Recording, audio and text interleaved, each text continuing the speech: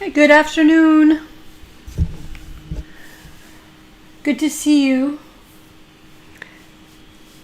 So I'll wait a bit for people to join us. I don't know if I have to send a message. Do I have to send a message to tell everybody we're here? They should know, right? 6 o'clock.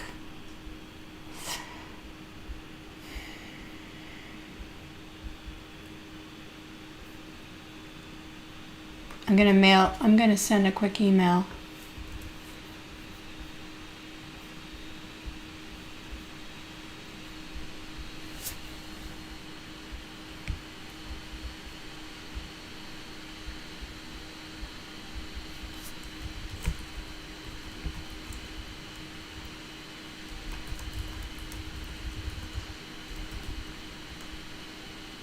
Okay, I just sent a quick email. So, how you all doing? We had our first test, and that test was worth 10% towards your final grade. It provides you with some feedback about how you're doing and about how to successfully answer test questions. I asked the grader to be strict, that you were supposed to have formula with numbers inside. You were supposed to present some timelines. I want the timelines when you're doing problems with payments, particularly. All right, so there are about 3 timelines. I will send you the answer key so you'll see what I expected, and I'll send that tonight. Also, I will put in the timestamps of the video to help you rewatch this video. You can see the timestamps in the description, and it'll help you maneuver through the video. I got a lot of email to go through because the TA sent you your graded test and sent me the graded test. So I have to go through and find questions from you amongst 60 other emails. So be patient. I'll do that tonight as well. So the average on the test was a good average. The test average was 26 out of 40, which is, I believe that's 65%. Just double checking. 26 out of 40. Right, 65%. I'm just putting it in the thing. Okay, so that's good. Not great. I mean, you should do better, but that means that some people did well, and some people didn't do so well. So it was only 10%. You can correct your misunderstandings. I will look at your complaints or concerns about the grading, and I will get back to you, okay? So that'll be tonight and tomorrow. You'll hear back from me about the grading. Like I said, I'll share the answer keys so that can inform your comments about the grading. But I really want to get started on the next unit or module, as I've been calling them, because you have a test on this Saturday, and this Saturday's test will be on Module 3 and Module 4, which we haven't even started yet. So Module 4, I sent you all the materials, and you are answering problems in MyLab Finance. People have been asking me about the MyLab Finance questions, how many they're supposed to do. You should be doing 10 problems in each chapter, or as many questions as there are if there's less than 10. And then they've asked me, how do they know which questions are for each chapter? I just assume that they have numbers on them. So it'll be like chapter 4, question 2 would be 4.2. So that's what I assumed. If it's not like that, let me know. But I don't know if I can see the student's view of things. So anyway, I'll be in touch about that if that becomes problematic. But I expect to see you do 10 in each because, at least, I mean, you can do more, right? Because you have to get 10 correct. So you should do more than 10. And that's going to help you prepare for the final exam as well. All right, so what we're going to do is start Module 4. Module 4 is all about, sorry, I'm going to look at your questions before I go on. I just sent you everything for the test on Friday, so you have the questions from Module 3 from last week, and then these, I sent you several problems, and also the TA will answer questions, okay, to prepare you for the test on Saturday. So you just work with the materials I've given you. Okay, Nicole is telling everybody that the top left corner of the question tells you what chapter the question is from. So as you work through MyLab Finance, you can see which chapter and you can keep track of that, all right? Making sure you do at least 10, or minimum 10 correct, or as many as there are in the chapter. So if there's 7 questions, I guess I'm going to have to rescale that because there's one chapter with only 7. Anyways, I'm trying to push you to do 10 problems. Some of them are really short, 10 problems in each chapter at least. So as far as your graded test, the TA is emailing you the graded test, so you have a record of the graded test, and then your grade is also in Learn. If they're not in those places, then let me know, but that's where they should be. Okay, I'm going to turn away. Well, keep asking me your questions, but I'm not going to answer them right away. I want to get into this Module 4. What the business of Module 4 is deriving the projected cash flow. So this is our goal, is to derive and assess projected cash flows. So I'm going to write it here, projected.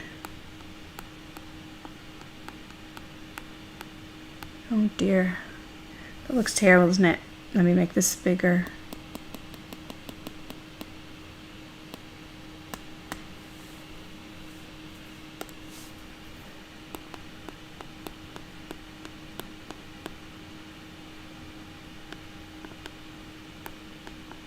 So what we're doing is going behind the list of cash flows.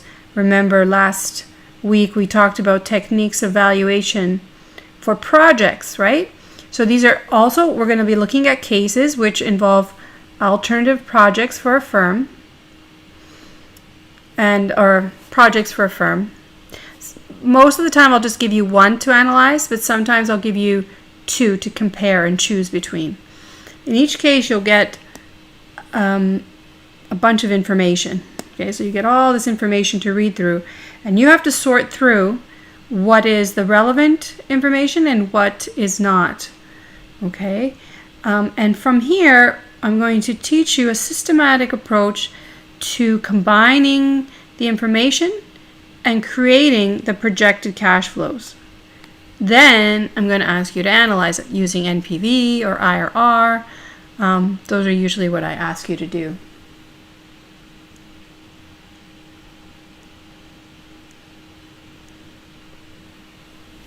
Okay, so thank you, Senna.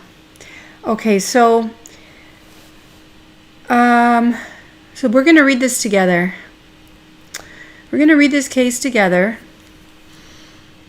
And as we read, what we're trying to look for are incremental cash flows. Incremental cash flows are cash flows that accrue as a result of taking on the project. Any cash flow mentioned that's not incremental, or anything that's not a cash flow, we are not going to include it in our project cash flow analysis, okay?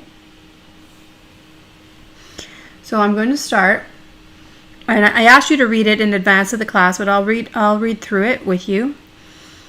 And I'm going to underline and then stop and ask you if it's an incremental cash flow. So then I'll get into the chapter notes or the unit or module notes, and we'll define what incremental cash flows are, but this is just to give you a feel. So U-Air is a hypothetical leading airline which transports passengers, cargo, and mail to 63 cities in North America. U-Air provides jet services to cities located in US, Canada, Mexico, Europe, Middle East, and the Caribbean. Revenues last year totaled $5 billion. So I'm going to underline this and ask you, does this number go into our analysis? Is this an incremental cash flow?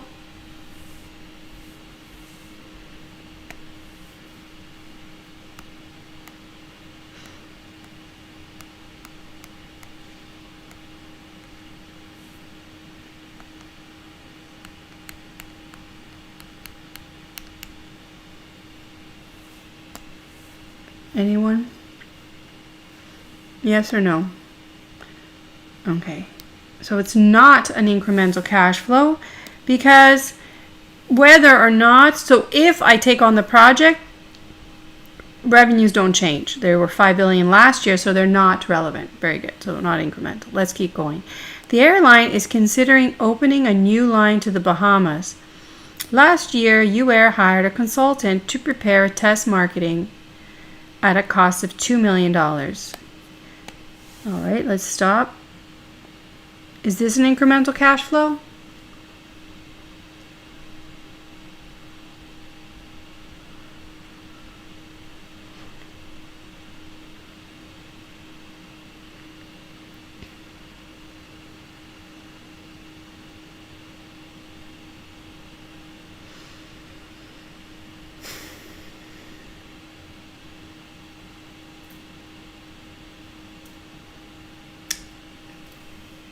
So this is a cash flow.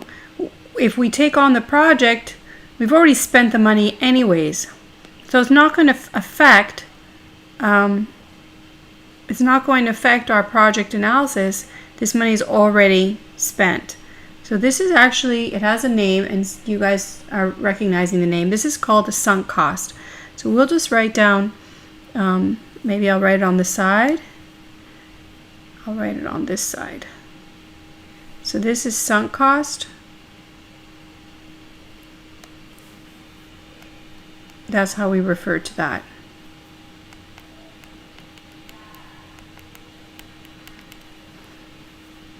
Okay, remember what we're doing is we're working on generating the cash flows.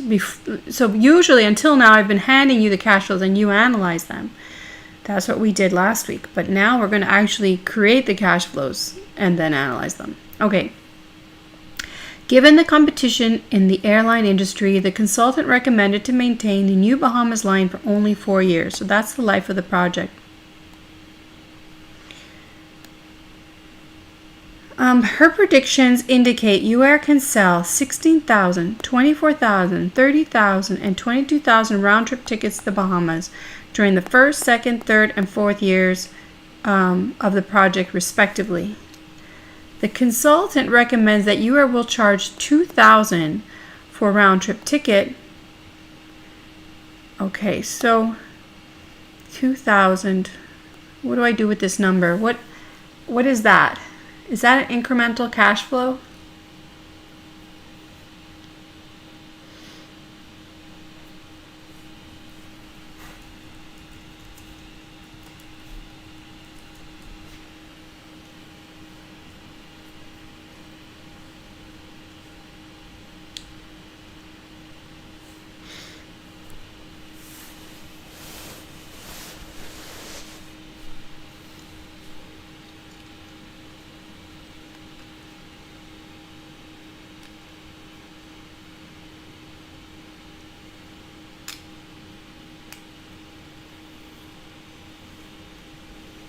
Yes, it's an incremental cash flow, and it has a special name.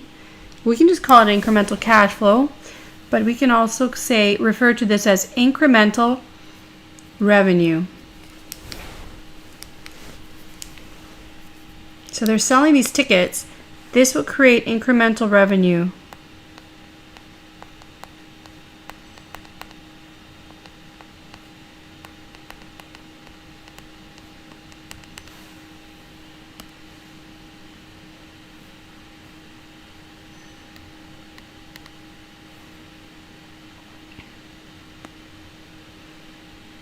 Okay.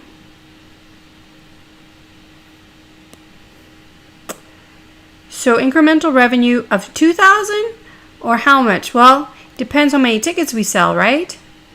This will be revenue, $2,000 for each of 16,000 tickets. So we need to multiply that to that. Also in the next year, 24,000 times 2,000. That's 48 million. You see there's going to be 6 zeros if you put all those together. And then it's going to be 60 million and then 44 million. So we'll deal with that later, but just as a warning, that is coming. Now, so that's incremental revenue. She forecasts that if U-Air chooses to launch the New Bahamas line, it will compete with its flights to other destinations in the Caribbean. As a result, U-Air will lose sales of 100, 200, 400, 300 round-trip tickets for the next 4 years. And then it mentions this about the cost of a round-trip ticket, a cost to the airline, U-Air. So what do I do with these numbers? First of all, what do I do with this? What are these?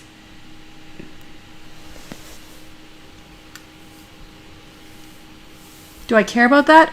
Will those generate incremental revenues or incremental cash flows?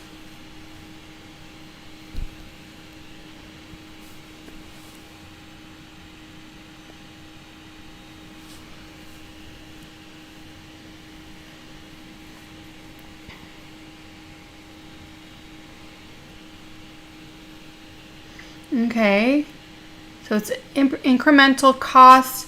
What kind of a cost? Let's be more specific, but that's good.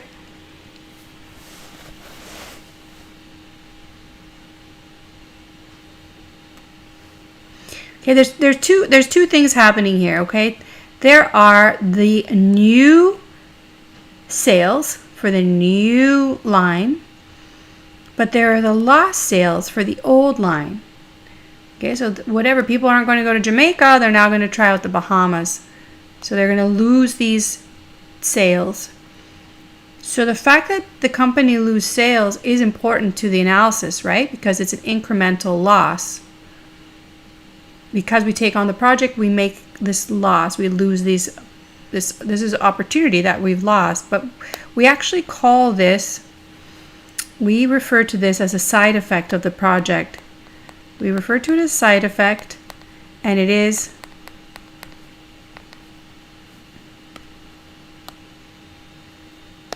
incremental. Results in, negative incremental cash flows. Side effect. Okay?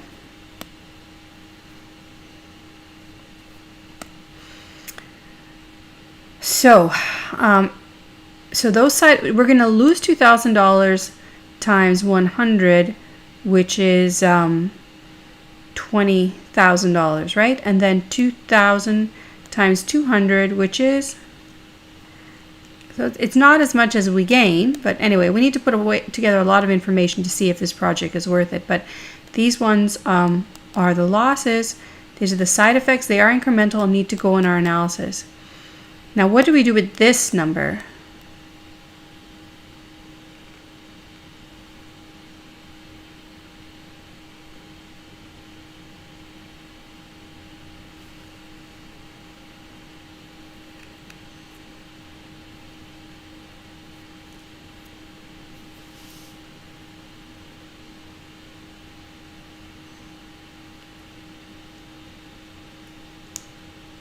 So this is the number that goes with these, right? This is the 2,000. So this is for the other Caribbean destinations.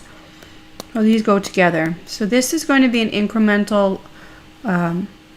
This is going to be incremental 2, and it's an incremental cost or loss. We could call it incremental cost.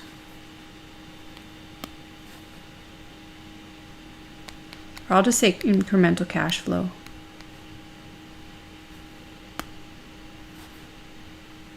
You understand my short form here. Okay, ready? So yes, we would multiply this by the amount, the 2,000. So the cost of tickets to Bahamas and the cost to other Caribbean destinations, sorry, not the charge, sorry, the price. So these are revenues from the firm's perspective. From the consumer's perspective, this is the ticket price. All right, so now what? U-Air's CFO and his aides estimate that the company's average variable operating cost per round-trip ticket to any Caribbean destination, including the Bahamas, is $1,000. What do I do with this number?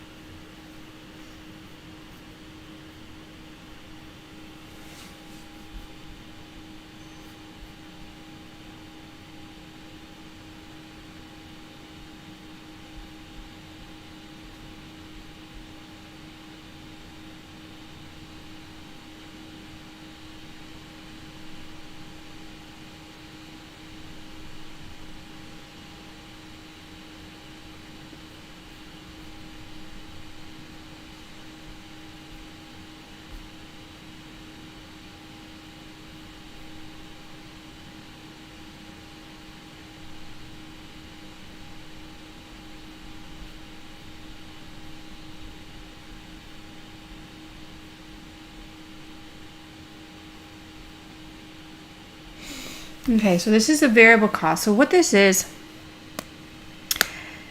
we're going to make, okay, let's say we are U-Air. So we are going to earn $2,000 for each ticket, but in flying an individual, we estimate that each passenger costs us $1,000.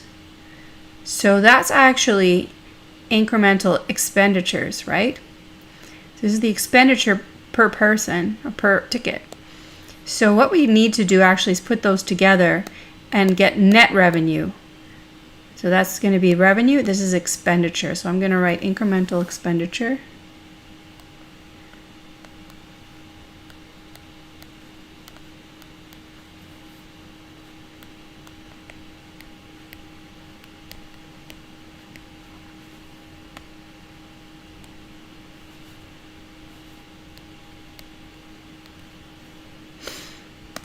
All right.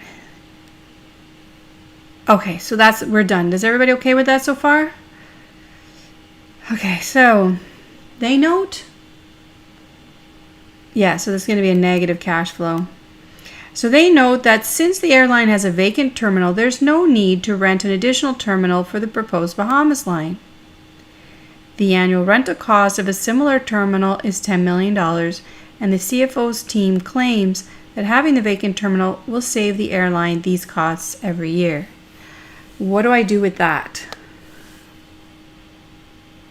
We have the terminal where the planes are stored. You know, it costs money to park a vehicle on a terminal. Often they are just renting the space. Airlines rent the space to park their planes, land their planes in different cities.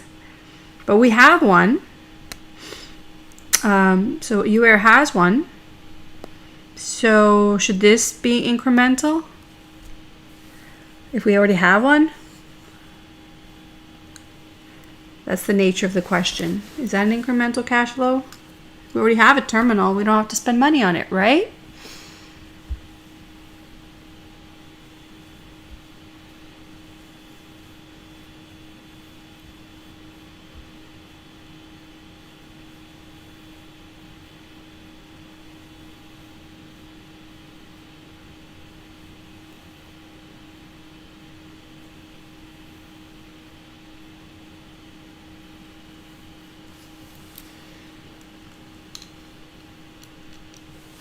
So you don't think it's incremental? You're answering no. It's a sunk cost. No, no, no. So you don't think we have to put it in $10 million? Anyone else with a different opinion?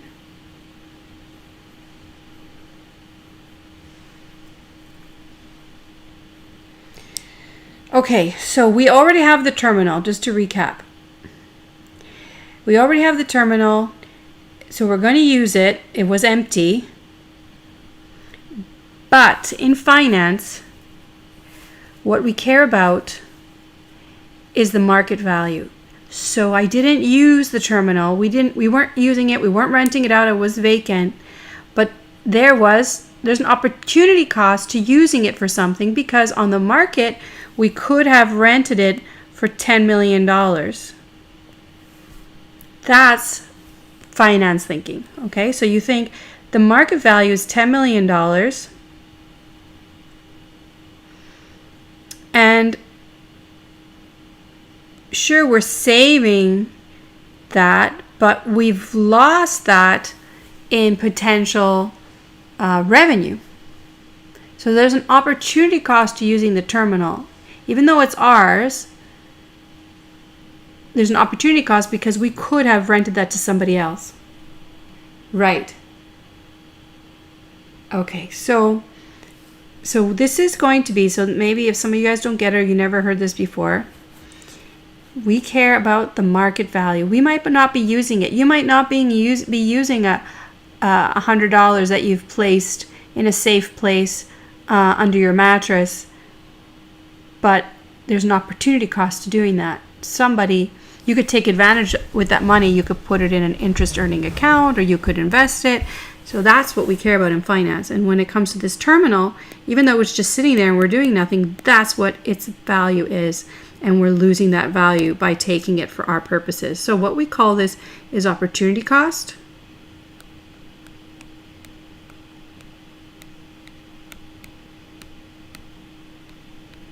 I'm making this smaller and smaller every time.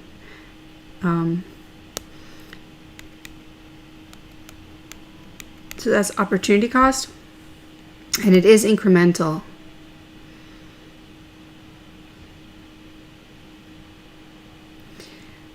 Okay, let's continue. I'll show you how we introduce that. So that is going to be a negative cash flow.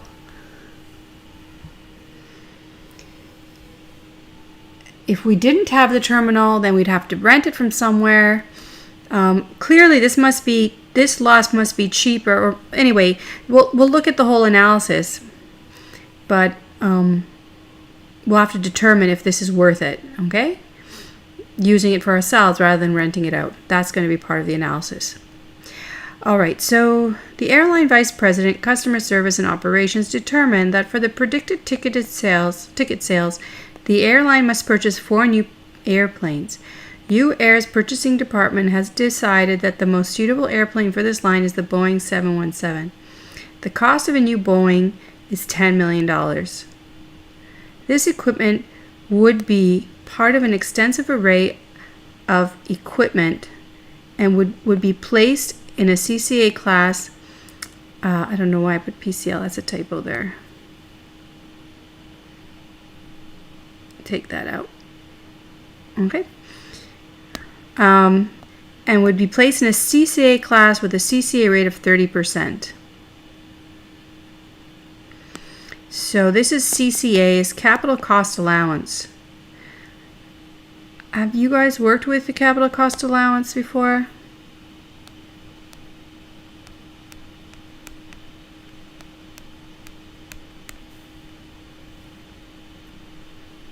So this is from accounting.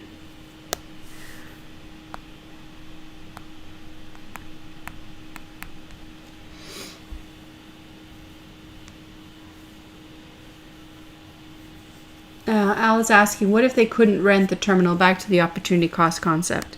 Well, if you would have to analyze it differently, but the way I've analyzed it is assuming they could have. Okay, so if you think they couldn't have rented the terminal, it was really sitting there doing nothing, then it wouldn't be seen that way. But the way I've interpreted it, in general, you could. It might have advertising expenses to incur, but you would come up with a price for that and include that,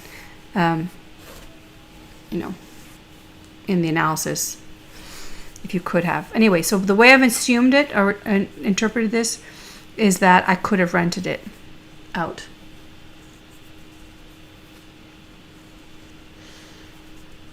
Right, so Senna says that you learned about this a bit in accounting.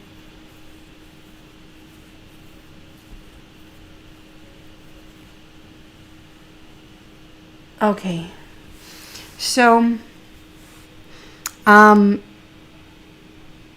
What we're going to do is work with capital cost allowance. So the idea here, I'm going to mention this later, okay? But basically, we are going to buy 4 planes, and those 4 planes are going to have an expense of $40 million. We are able to, because over time, equipment, like for the airline, it's going to be the planes, maybe also the building where their offices are. So these assets, these physical assets deteriorate over time. And accounting laws permit companies, corporations, and individuals even to depreciate or account for the loss of wear and tear as an expense. By doing so, that expense can reduce the taxable income of entities, of people and companies. All right, so we're going to deal with the tax treatment of these planes, and I'm going to show you how to do that.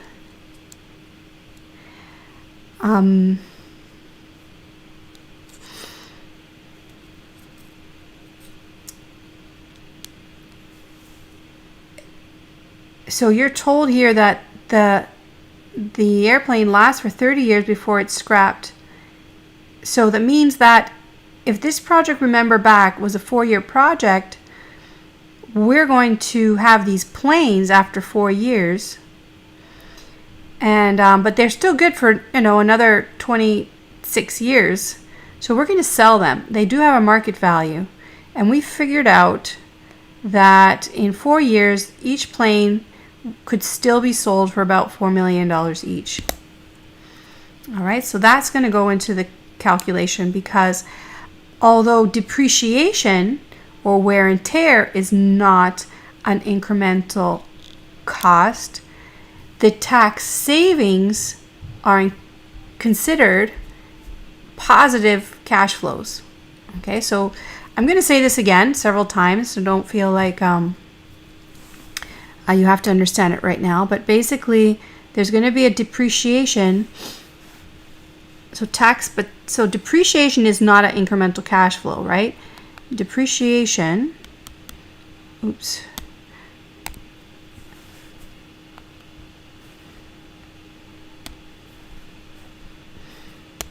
So depreciation, so that's the wear and tear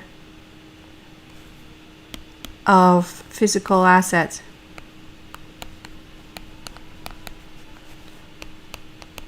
You got to remember that depreciation is not a cash flow. It's not something you put in your pocket, but tax savings are.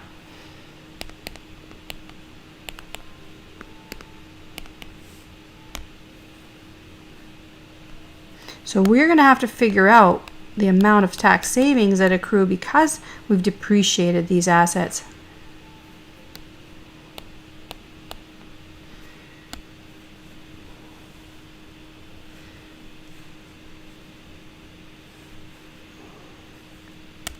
All right.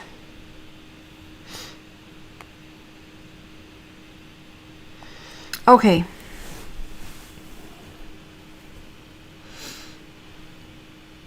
So if you didn't get that, just memorize this or be aware tax savings are incremental cash flows.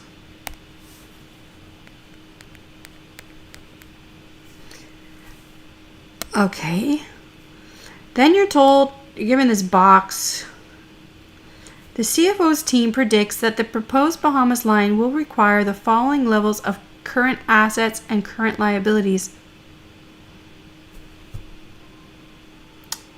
during the life of the project. There's like a stray word here. During life of the project. So, immediately, for operating costs, inventory will have to be at $600,000. So inventory, things maybe stationery and things that we'll have to use in the office.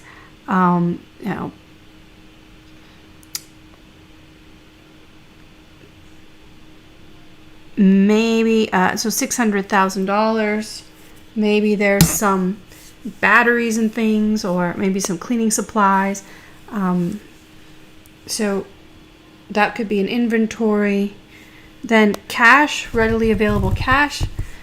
Accounts receivable of $1 million. Accounts payable of $1 million, a little bit less than accounts receivable, and taxes payable. So these are current assets and current liabilities have been combined. So inventory, cash, accounts receivable are assets, and the other two are liabilities, and they've been estimated for immediate purposes if the project was to launch. By the end of the first year, these are the amounts that should be allocated to inventory, cash, etc. So by allocating to this project, the firm has to move assets or move capital, right, funds, from their other projects to conduct this project. So by the end of the first year, there should be $850,000 worth of inventory, $1.5 million in cash, etc. By the end of the second year, a little bit more. But then what happens as the project wraps up, these funds are released from the project back to the firm. So that's why there's just zeros here. Okay, by the fourth year, these funds, the value that's been allocated, are returned to the firm. So this has all been put together for you in this table, and I'm going to teach you how to convert those into cash flows. So that's it. Those are the components of the case. And in the notes that I've prepared, we're going to combine them to come up with the projected cash flows. The questions are, and this is just part one because you're going to see this case later. I want you to calculate the NPV of the Bahamas line. Assume that the required rate of return is 10%. You notice I use the word nominal. It's just the regular rate of return is 10%. And all cash flows are seen as nominal dollars, right? And the question is, should we accept the project? Then I have a second question that we'll get to later. Any questions about this? So these are you're going to see these numbers again. I'm going to show you how to combine all these as we step through the notes. Okay, so pull up the notes. So this is going to be 4.2.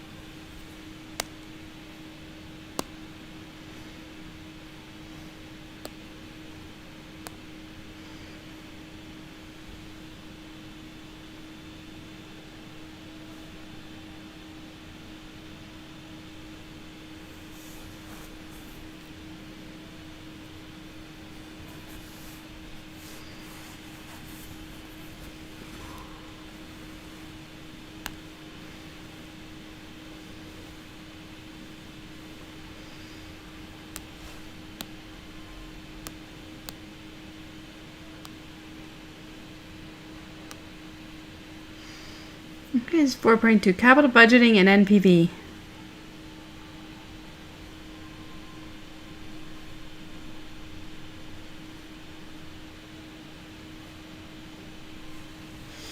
So we've talked about valuing assets, stocks and bonds, right? And to figure out the value of an asset, or even the value of a project, we calculate the present value of future cash flows. And for projects, we calculate the NPV, we compare that against the initial outlay. So any capital spending, if there's been a big purchase, to launch a project, then you offset that by the present value of future cash flows. So be clear that cash flow is not accounting income. In the valuation of a project, we are calculating the present value of future cash flows generated by the project. So we talk about incremental cash flows that accrue as a result of taking on the project. In valuing firm equity, so that's shareholder wealth, we're interested in the present value of dividends, right? We've already done this in stock valuation. And as I mentioned before, depreciation is not a cash flow. Capital investment is therefore not equivalent to depreciation.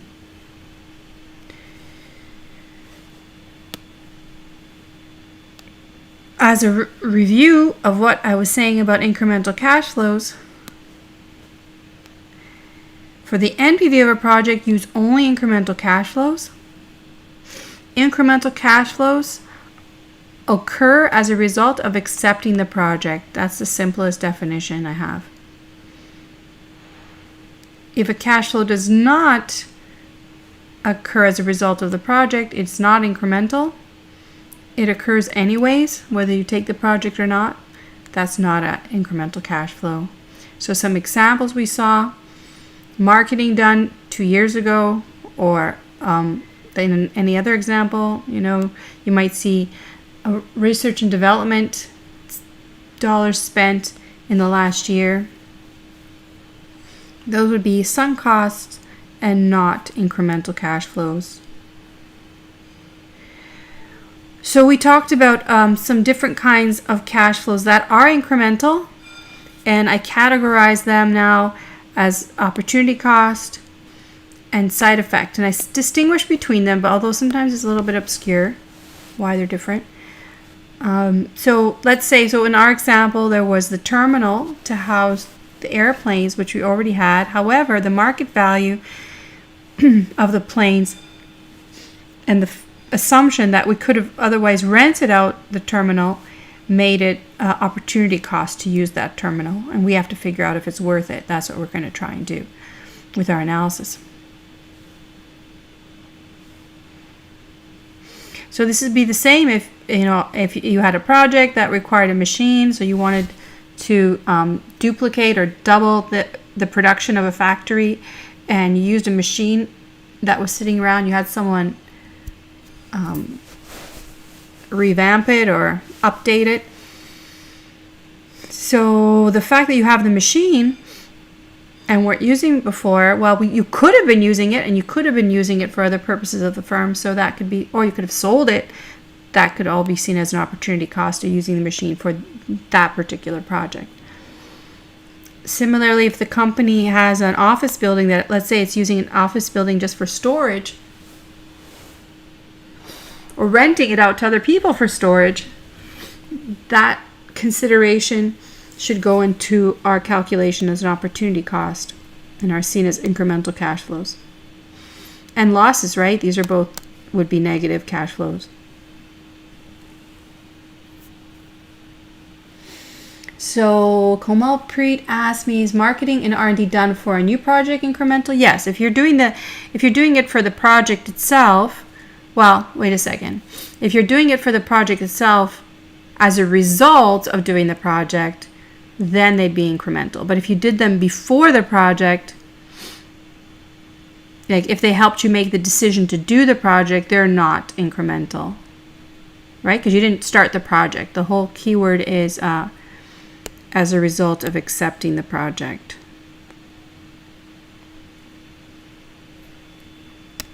Okay, then the other kind of cash flow are side effects.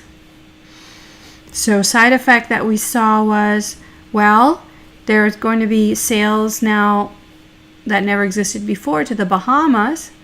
However, passengers who otherwise would have gone to the Bahamas, that otherwise would have gone to Jamaica or to Bermuda, are now going to want to go to the Bahamas. So we estimated that would be, we estimated the numbers for the years that would happen, or how many passengers would go, no longer go to the other destinations. So we lose customers to other destinations, but we've gained a bunch of new customers, and we have to see if it's worth it. Right? But anyway, so there's negative side effect in that case, but you could also see positive side effects. So here's some example. This would be like a negative side effect. This would be negative, right? Where similar to our situation, if GMC built a new truck,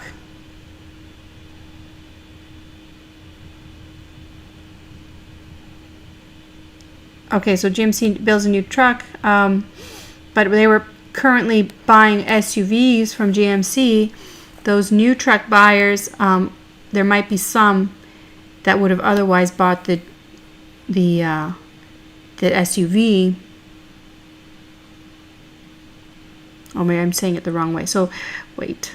Buyers of the GMC new truck are potential buyers of GMC. The point being, GMC is building a new product, and it might lose sales of old product. That's all it's saying here, okay? Just like our example.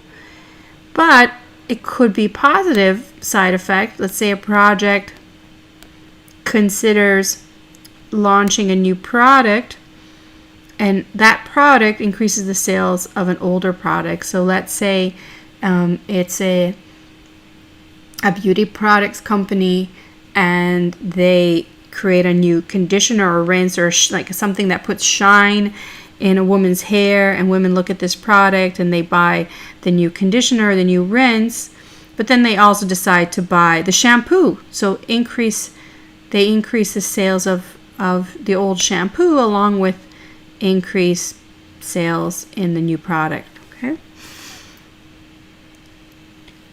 Another thing you might see in the exercises I give you on real life as a negative side effect results from labor shortage situations. So think about in a factory setting where we could assume at some point, and I'll tell you, I'll spell it out clearly, that there's a labor shortage. And to attract, for new product development, to attract employees,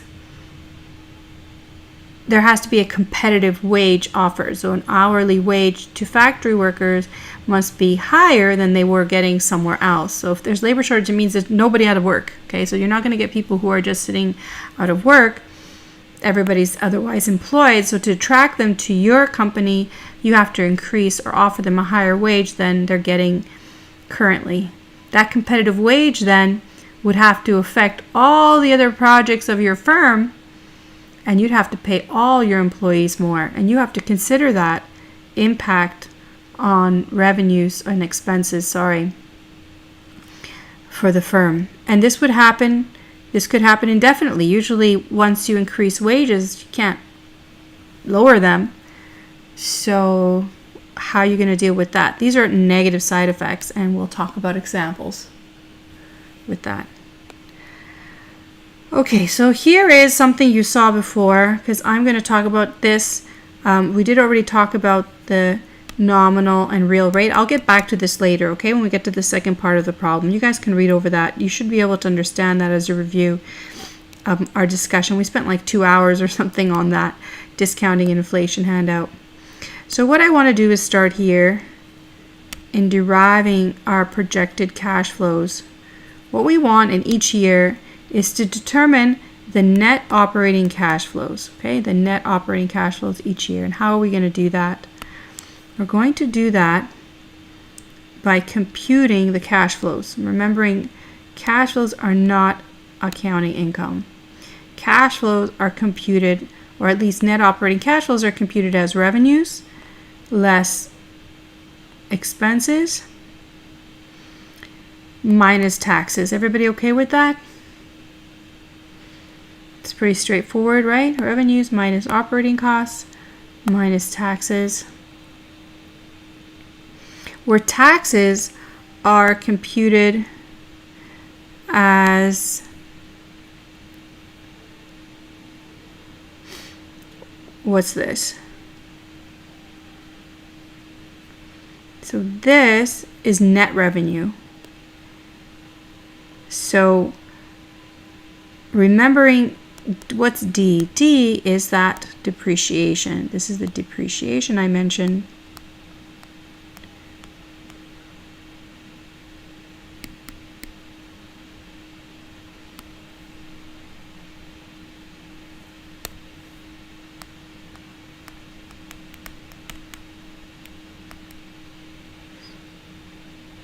Depreciation.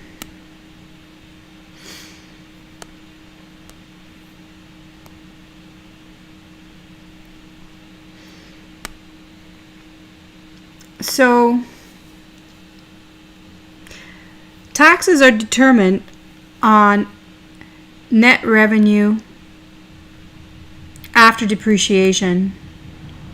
So you can expense depreciation from your net revenue. So it's just an added expense. Compute taxes as a result. Is everybody okay with these two expressions? So this is net revenue after taxes, net operating cash flows, and I've shown you how to calculate taxes.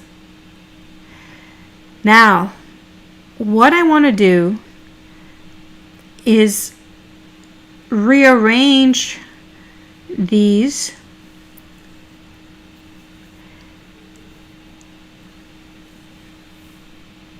because it helps me to separate out, tease apart tax savings from everything else. Okay, so I'm going to do that. I'm going to show you how I did that. The result is below, but basically if you take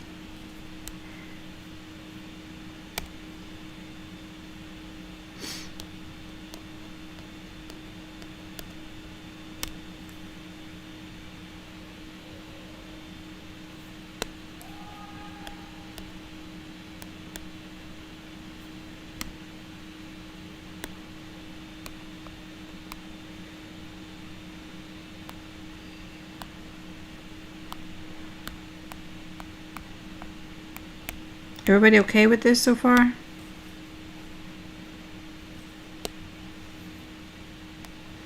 What does the C stand for?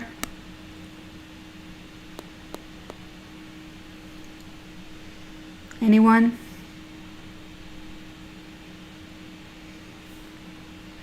What does the C stand for?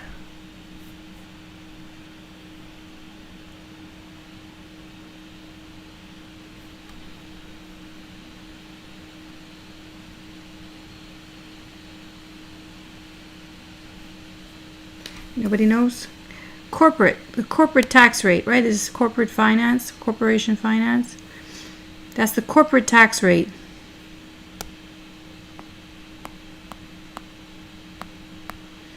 Corporate tax rate is different from individual tax rate. Yeah. I can't do this. Corporate.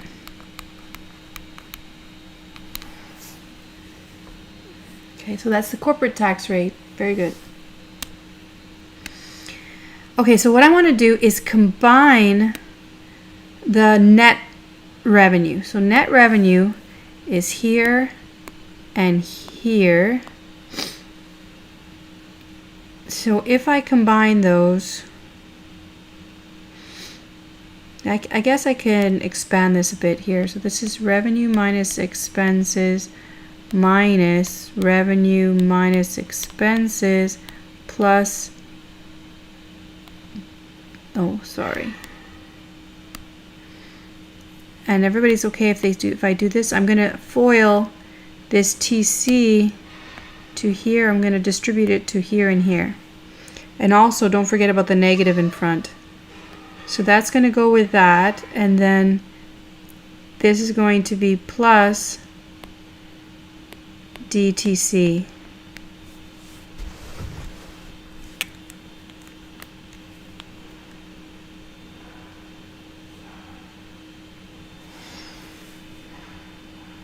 And so what I can do now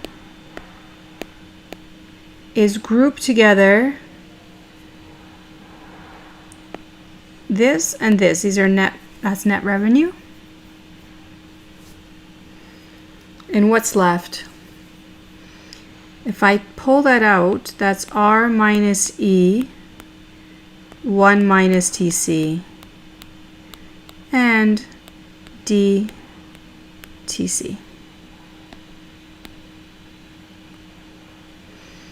So what you have here is net revenue, and you say after tax when you see that. This is after tax.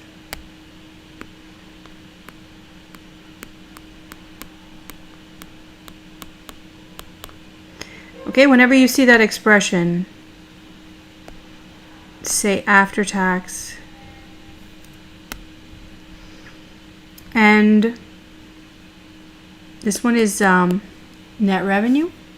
And then this is what we call the tax shield. So if you want to figure out your tax savings as a result of deducting anything, D for deductions, okay, so this is like, in this case, we're going to use depreciation as our deductions. So whatever the total deductions are that you could make, in this case, we're going to focus on depreciation, and expenses would be other deductions, right? So this is the deductions from depreciation. All you have to do is multiply that by the tax rate, and that's how much tax savings will accrue as a result of depreciation. So this is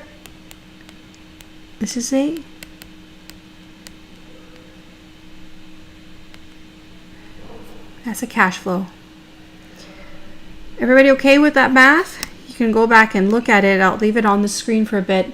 Let's take 5 minutes, and then I'll answer your questions. So have a look at that, okay? Take a 5-minute break. I'm gonna get some water.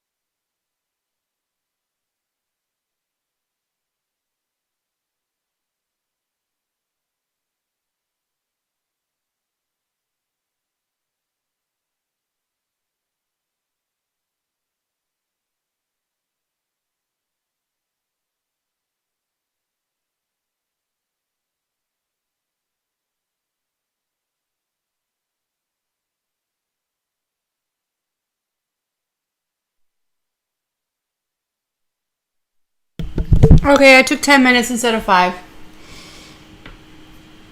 Do you have more questions? Let's see.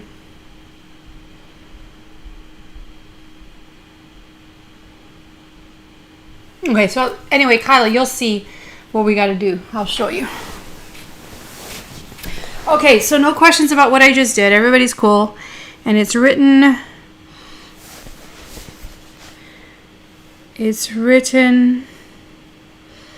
here as well. Okay? So I just derived it over here. All right. So what this is saying is every year, if I can figure out the revenues, the expenses, I know the tax rate, and get the tax shield, and I'll show you how to calculate. Basically, I have to teach you how to get D. You can calculate the tax shield. If you can do that in each year, then what you're getting, you're projecting the cash flow for that year. So we have to do this over several years. So let's see. I'm going to put this together and then go back. So what we have in Canada are rules for depreciating assets for tax purposes. Every asset, so every office furniture, buildings, all property, okay, is assigned to an asset class.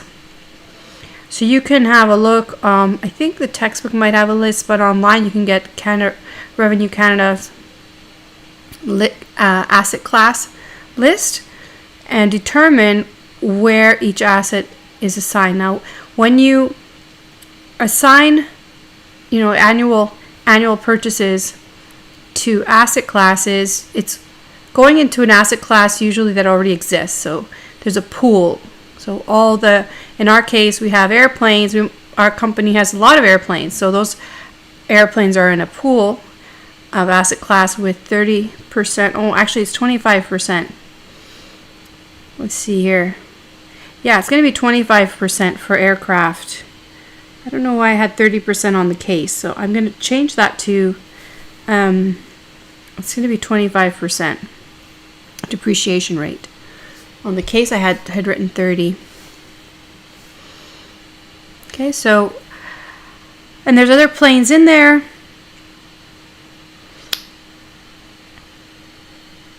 And we should pick the rate that is the maximum, because that will allow us to depreciate. The more we depreciate, the more tax savings there are. Okay, so we'll pick 25% seems to be the right one in our case. So in this class, I'll tell you which asset class to use, okay? And I'll tell you the rate. You don't actually have to go and find it, but in the future, you should be able to do that. Now, the thing to keep in mind is in the first year that we depreciate, Revenue Canada has a 50% rule. What this is to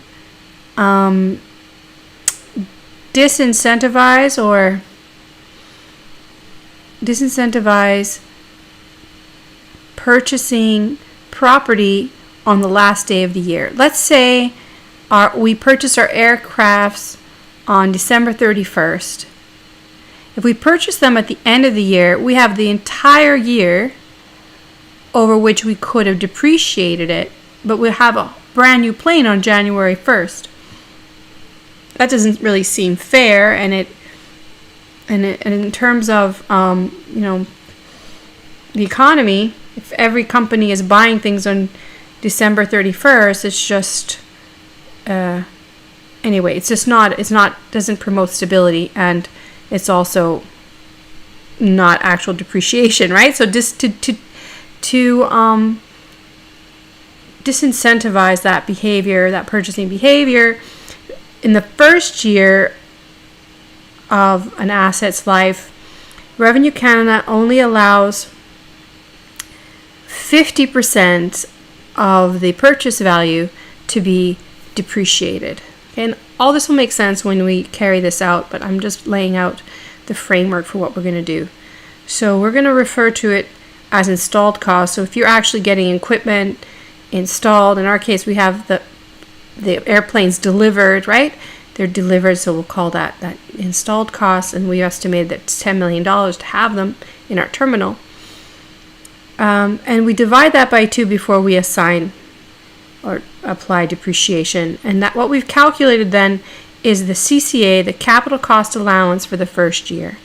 So that's what we're going to do in the table below.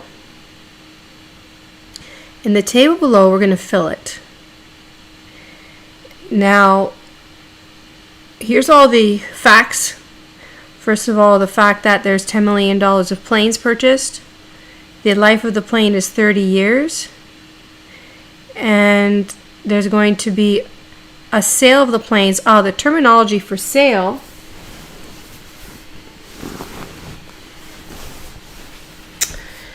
We call this the salvage value.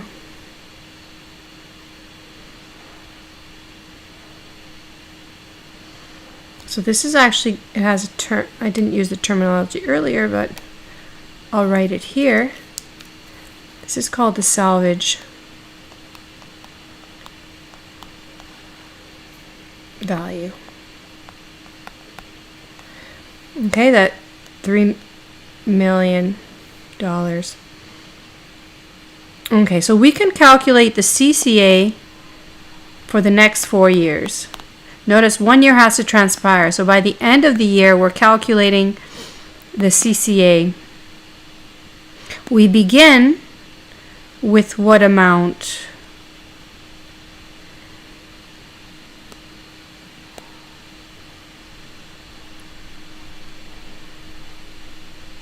So it's the first year. In the first year, we have to, as above I explained, we can only depreciate on half of the value. So we've purchased them for 10 million. This would be 10 million divided by 2, which is 5 million, and then 5 million times 5 million. Okay, so UCC at the beginning. So this means UCC stands for undepreciated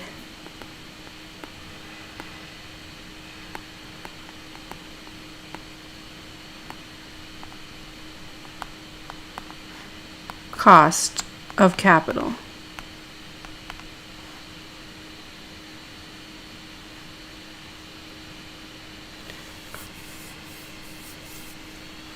So that's like basically what we bought it for. So actually, let's just put that there. So that's 10 million. However, in calculating the CCA, we're going to calculate on 10 million. That's not 10 million. Let's write 10 million. On 10 million, we are going to calculate 25% of that and half of that. So for the first year, we make the calculation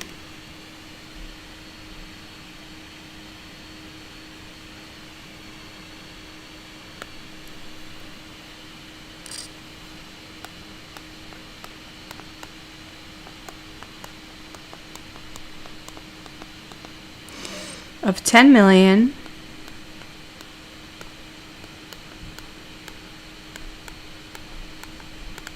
divided by 2 times 25%. That's just here for the first year. And you put it here, okay?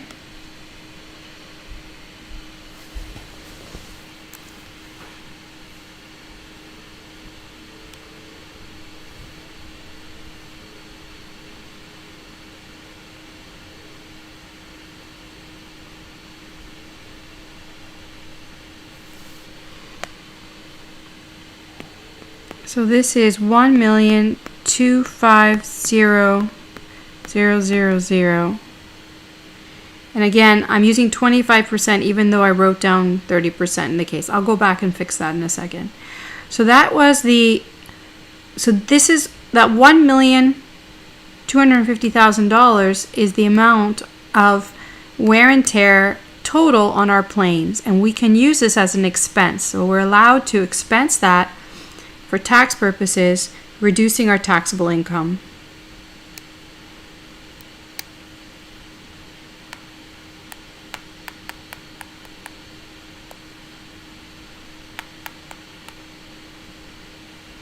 Okay, so now that we've done that, what are we left with? What's the ending UCC? What remains in this asset pool, or this portion of the asset pool? So you need to take away that amount from 10 million. And that leaves, I don't have a lot of room, I need to make this bigger. That leaves 8,750,000.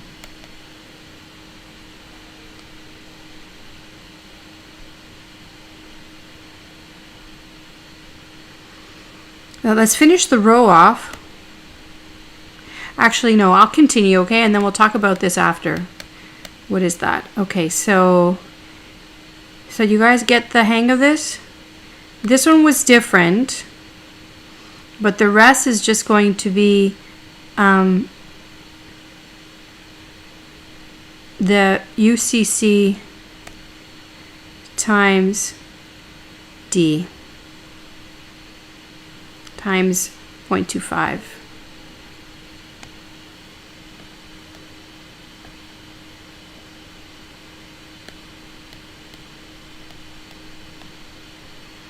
Okay, so the depreciation rate. So let's continue. So the beginning UCC is just moved from over here. So I'm going to write that again. I'm going to conserve space this time.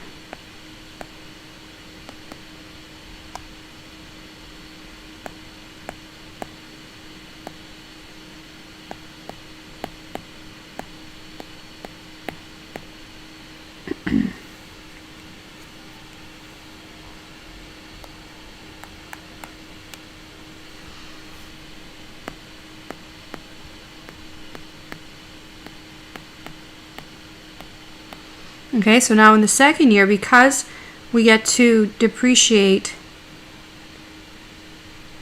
on the total UCC, it's 2 million. It's going to be more.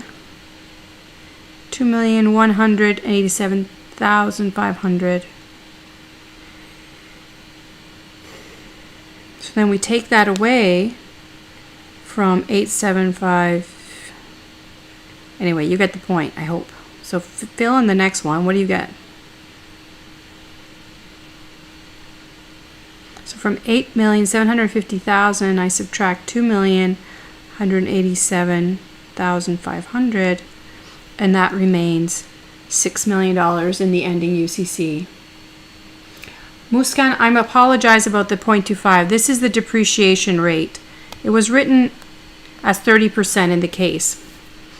But it comes from looking at the asset classes, and it's from here. Aircraft.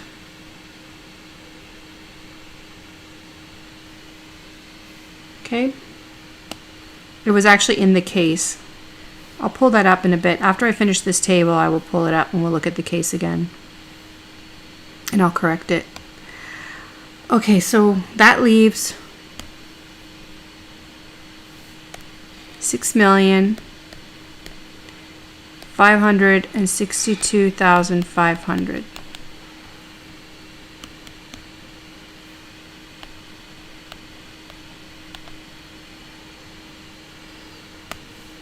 All right, now that goes over to the following year. So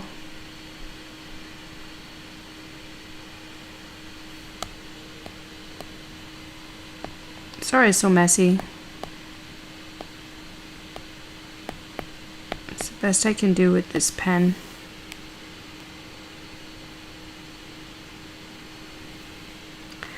All right, and now I do the same thing, multiply by 0.25, and it's a little lower because there's less UCC.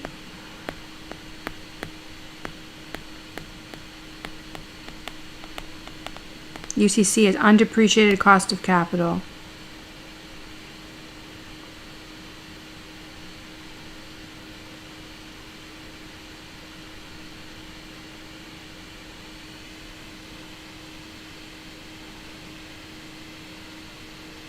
Did I make a mistake?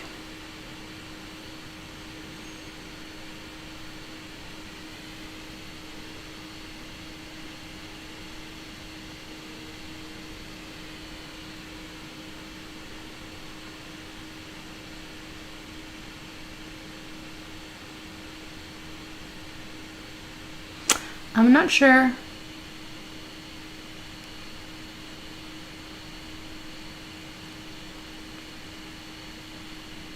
Right, Comal that's just the first year, the divide by 2.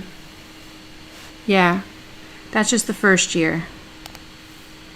Thank you for answering, Harper. Okay. So, where was I?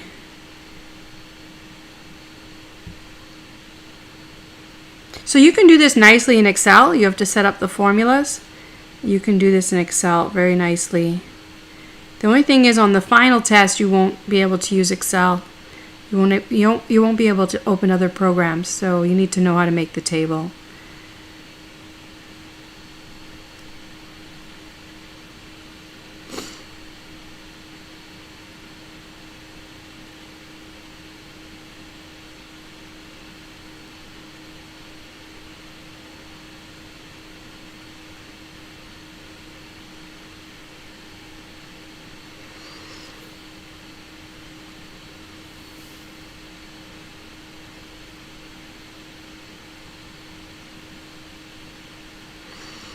Okay, so ending UCC, anyone?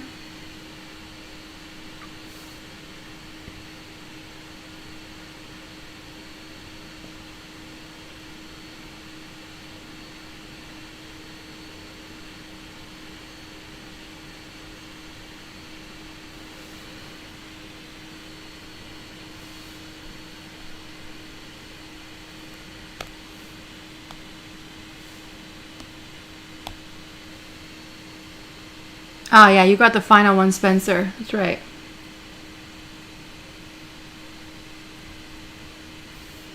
That's right, though. Yeah, I'm still finishing, but you have the right answer.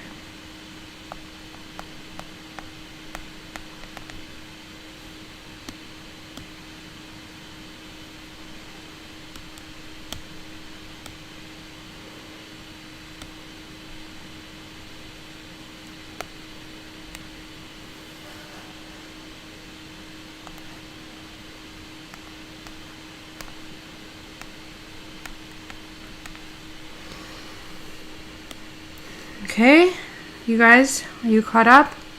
So then that goes over to this year.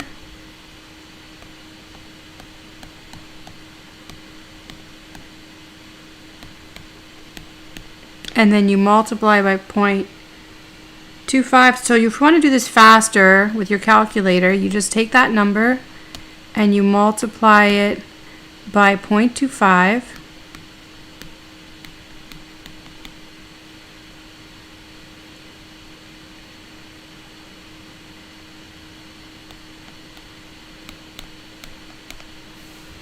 You can also take that number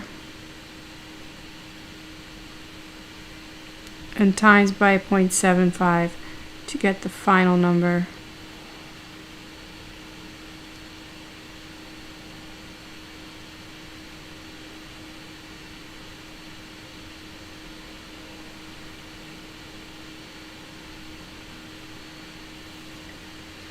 So I end up with like a decimal value, which looks familiar. I have to squeeze it in here.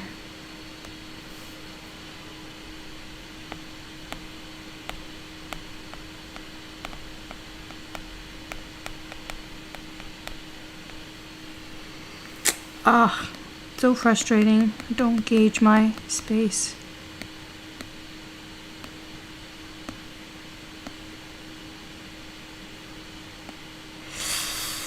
I'm gonna just make this bigger and squeeze in my number. So hopefully you're doing this on your own, not just watching me. So this is what I get in the end. And this should look familiar. Here. Yeah, Sina is asking why is it 2 decimal places? Yeah, you can leave it to 2 decimal places, not more, because these are cash flow dollars. In general, in these problems, I just round to whole numbers, okay? But it's just to make a point that you've seen this number before. Where's that number from?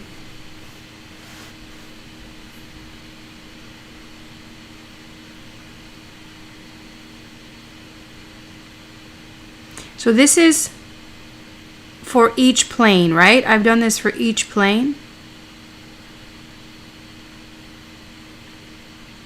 Now I should have done it for 40 million, shouldn't I? Right, I should have done this for 40 million.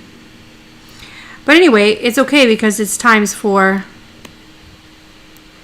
But in each year, you could do this, or you would times it by 4. I probably should have done that, less confusing. But anyway, we had practice. So this number, I really wanted to show you this number. So what is this number? This is the same as the salvage. Is that a coincidence?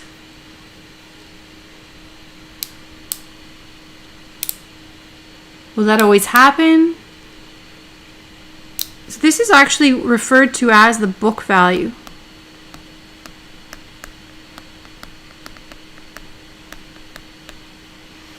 Okay, this is actually referred to as the book value. Now, this is the thing. It turns out that our assumption is that we will be able to sell these planes for precisely the book value.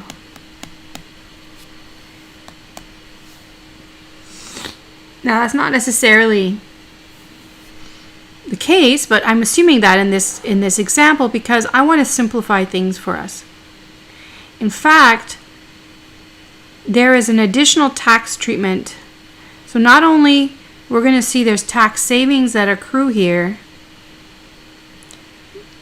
but there's also another tax treatment if the book value and the market value of the sale of the salvage, the residual, what's left over of our asset,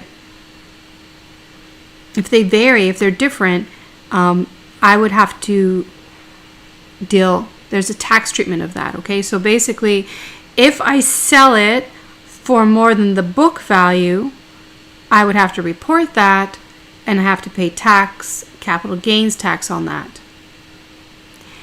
If I sell it for less than the book value, then I can claim it as a loss. It would be expense and I get tax savings on that. Okay, so that consideration is not dealt with here. We don't have to deal with that. And the other exercises I sent you, I'll show you how to deal when they're different, but I just wanted to show you that that's the case. So we just did this for one plane. I actually want you to do this for all 4. So can I get you to do that? I mean, you can just modify this. I think I don't have another chart, do I? No. Because I need to put all 4 planes into our analysis. So which numbers do I actually need? What I need from here, what I really want to see, one thing was that these are the same. So that's good. I don't have to do anything else with this problem. I'm going to sell it for exactly the book value. What I want from here is the tax shield. So the tax shield for each plane is determined by the CCA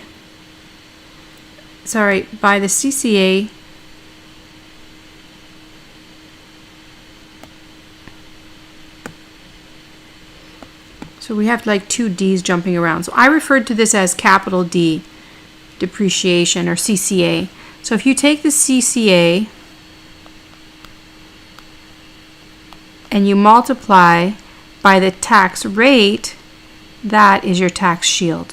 How do I know that? Well, that's what we did before the break. Okay, that's what I did over here. I showed you that the tax shield is just this. So capital D is the CCA.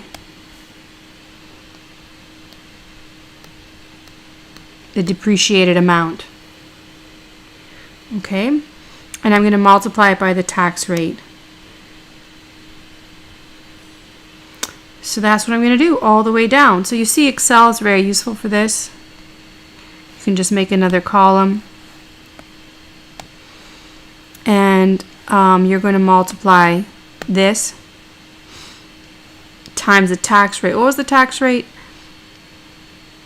It's above, right? It's up here.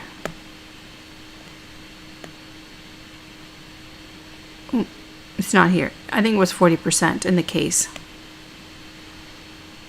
Let's have a look. Go back to the case and see. Actually, let me pull up the case. Let me save this.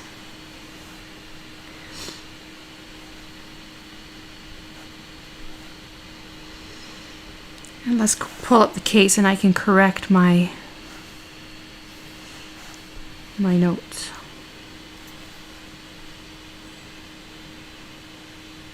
Oh no, I don't want that. I want this one. Okay, here it is. And here we have, whoa. The tax rate is 40%.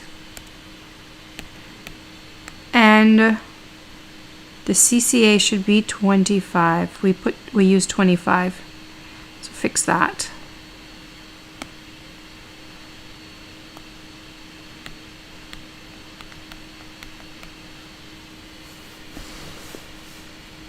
Okay, so that's where I got those numbers from.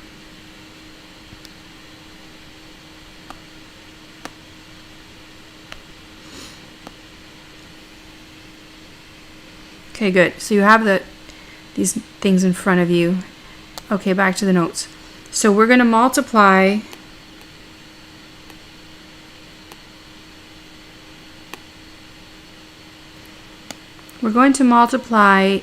this amount by 40%, each amount by 40%, and you're writing down basically the tax shields, which are called the CCA tax shields.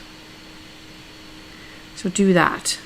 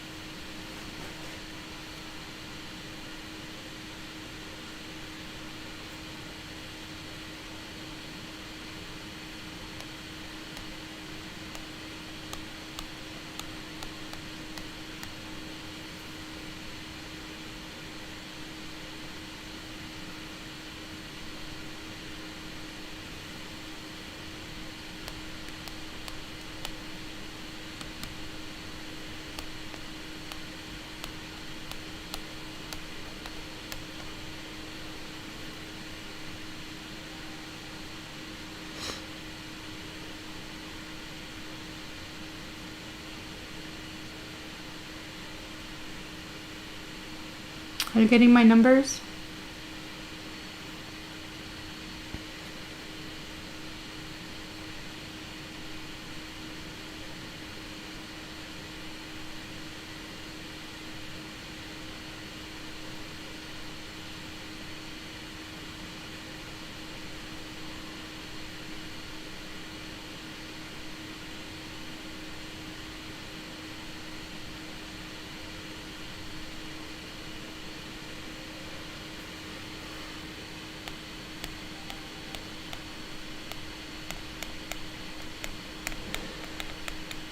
Okay, you have those numbers? Good. Okay, so those are the tax savings. So look at that. In the first year, just for one plane, you get $500,000 tax savings. Isn't that awesome?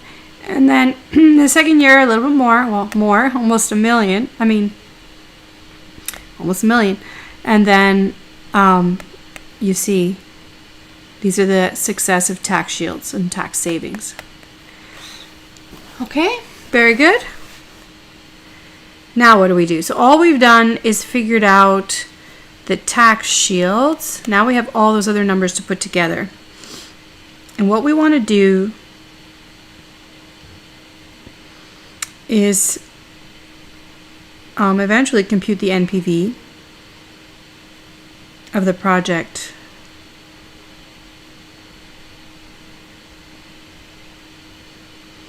Okay, so most people got it. Okay, so let's see what other things we have to analyze here.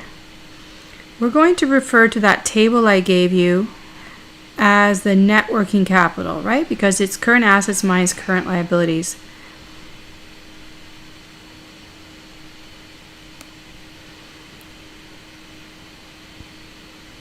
So as I mentioned, putting money into this, capital, moving money, moving cash, inventory to this project away from other projects is an investment of the firm. So an investment net working capital represents an increase in net working capital allocated to the project. Those include purchasing of raw materials and inventory, keeping cash reserves for unexpected expenses, an increase in accounts receivable, a decrease in accounts payable, and taxes payable. So these ones are positives, and these are negative cash flows. Well, negative amounts. We're going to create cash flows out of them. Okay, so in the first year, I'm going to calculate these. I've done it this way long ways, but I prefer this chart here. So what I'm going to do, here's the chart that I shared with you. I'm going to draw a line. And we're going to combine. We're going to add cash, add accounts receivable, but subtract those two. So generate these amounts here by doing that.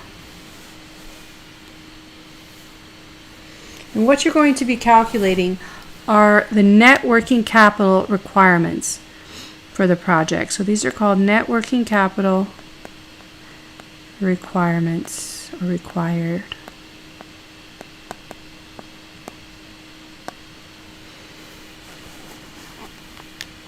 Again, you can make an Excel spreadsheet for that.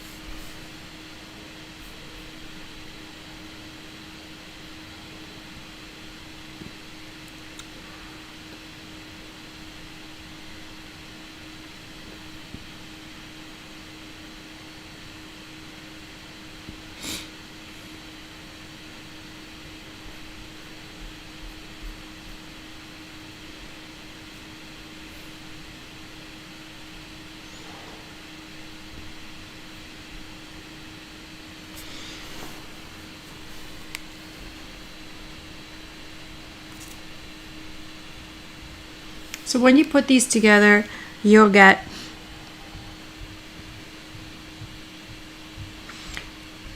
$1,600,000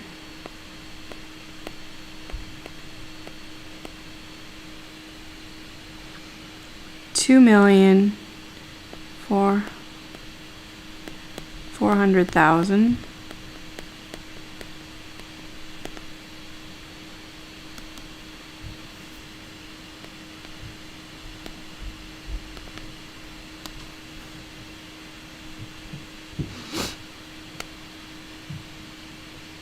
3 million.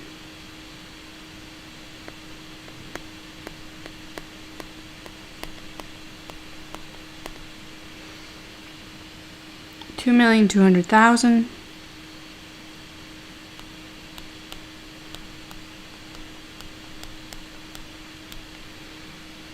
and 0.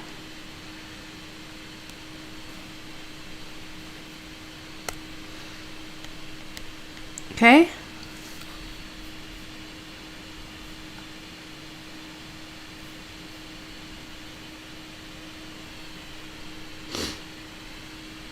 Right, so this is right up front. We need $1,600,000 to launch this thing, to get this thing going. Okay, so this is what we allocate towards this project immediately if we're to take on the project. Then by the end of year 1, we have to have $2,400,000 and so on. And at the very end, we need nothing in the project. At the end of year 4, we should have wrapped things up and returned or released the funds back to the other operations of the firm, other projects. Okay. So what we really want to do is create cash flow, incremental cash flows out of these. Now remembering, these are the amounts that we want to remain. It's like a float that you would have, money set aside that's available to you. In inventory, you want immediately $600,000. By the end of year 1, you want $850,000. Now you might use these funds. Okay, you might use it up. Take inventory out and deplete the amount of stock that you have in inventory, but then you have to replenish it. This is what this is referring to. So what we're really talking about here in going from year 0 to year 1 is we need a little bit more. You see? And in total, from $1,600,000, you need $2,400,000 by the end of the year 1. So what I want to calculate are changes. These are net working capital changes. So net working capital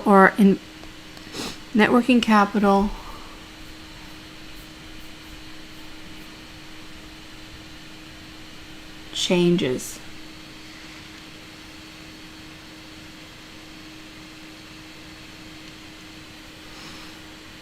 I'm going to use a triangle for changes.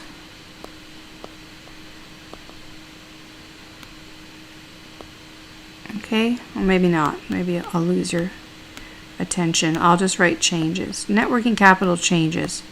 So what are the changes? In other words, what's incremental to the project? So immediately we need to add $1,600,000.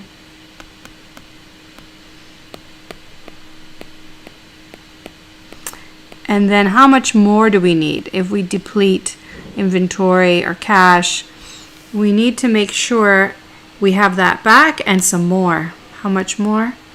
Well, it has to total $2,400,000. So how much more? Take $2,400,000 and subtract $1,600,000 and you get $800,000. So you need $800,000. Those are the changes. Okay, so in the second year, you need to go from $2,400,000 to $3 million. So you need an additional $600,000. Do you see? So I take $3 million minus $2,400,000, and that's $600,000. Let me do that again.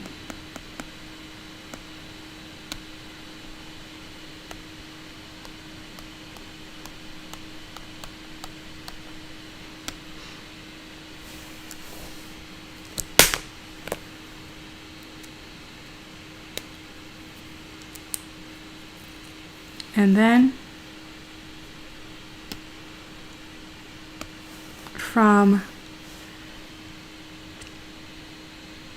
I need in year 4, sorry, this is year 3. By the end of year 3, I need $2,200,000. So a little bit less. It's going to be less, negative $800,000. $800,000, right?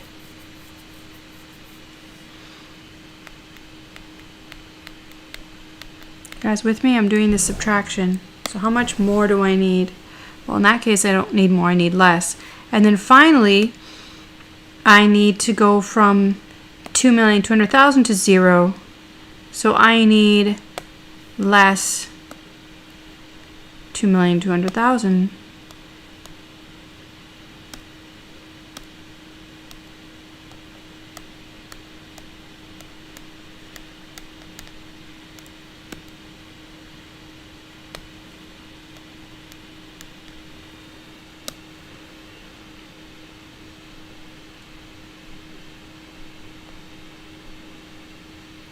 And there you go.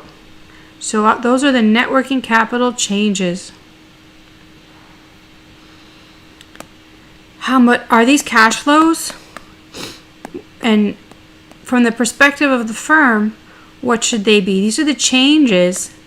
This is what I need for the project. But from the perspective of the firm, these are investment amounts. What I have to do is change these into net working capital investment cash flows. So I do that.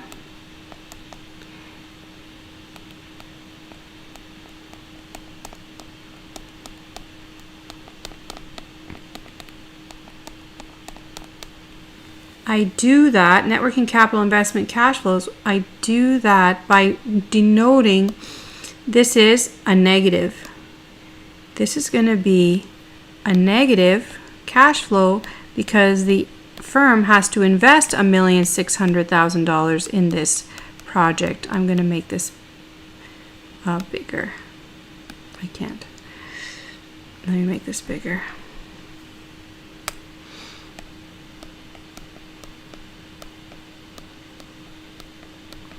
And I need to invest an additional, by the end of the first year, an additional $800,000 from the perspective of the firm. And then an additional investment of $600,000.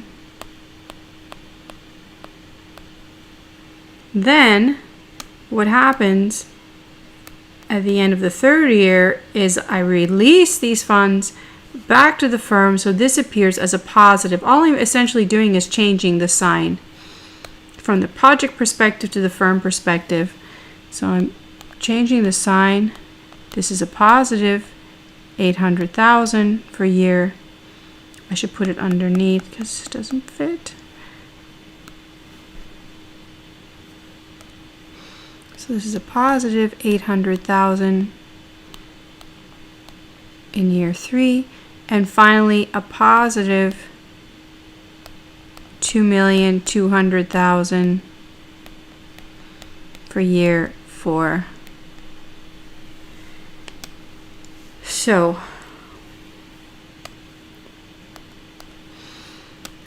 what we've created are the net working capital investment cash flows.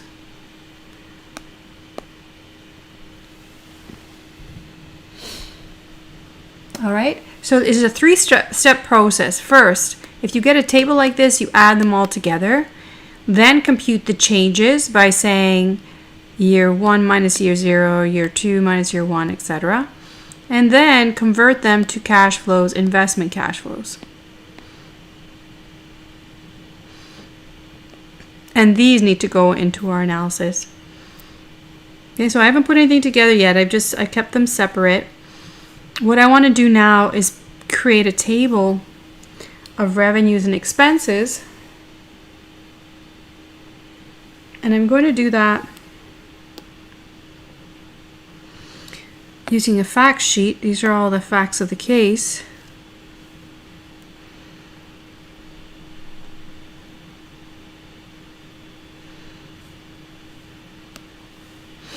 Yeah, so you remember these numbers, right? 2 million was already spent. That's not included because that's sunk cost. The planes were 40 million. The K stands for thousands of dollars, all right?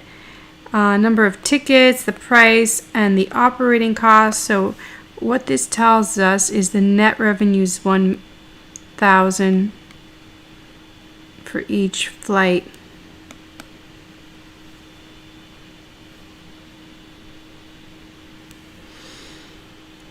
And then round trip tickets sold, lost sales, net working capital. So you see these numbers, we've just calculated those numbers, investment cash flows, and then we have this information on the tax rate and the required rate of return to calculate the NPV. Okay, so this is the strategy I'm going to take. The strategy is going to be to divide our efforts into 3 parts. 1, find the present value of income. 2, find the present value of investment.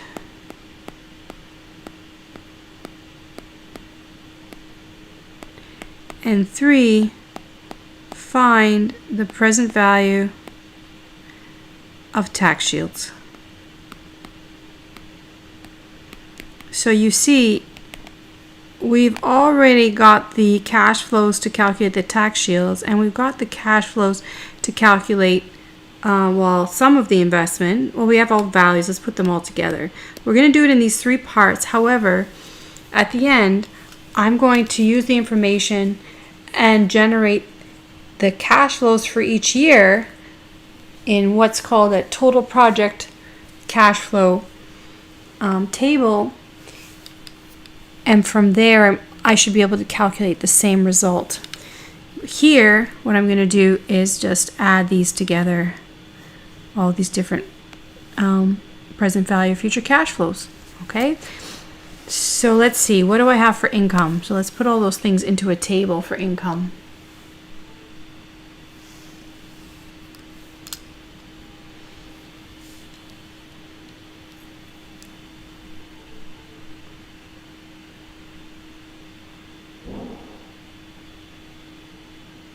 Alan just asked me a question. I'm not sure. Can you clarify, Alan? But I'm going to go on. Okay, let me go on and then I'll answer your question. Okay, so here is income. What do we have here? We have the ticket sales. Remember, this was the 2,000 times how many sold.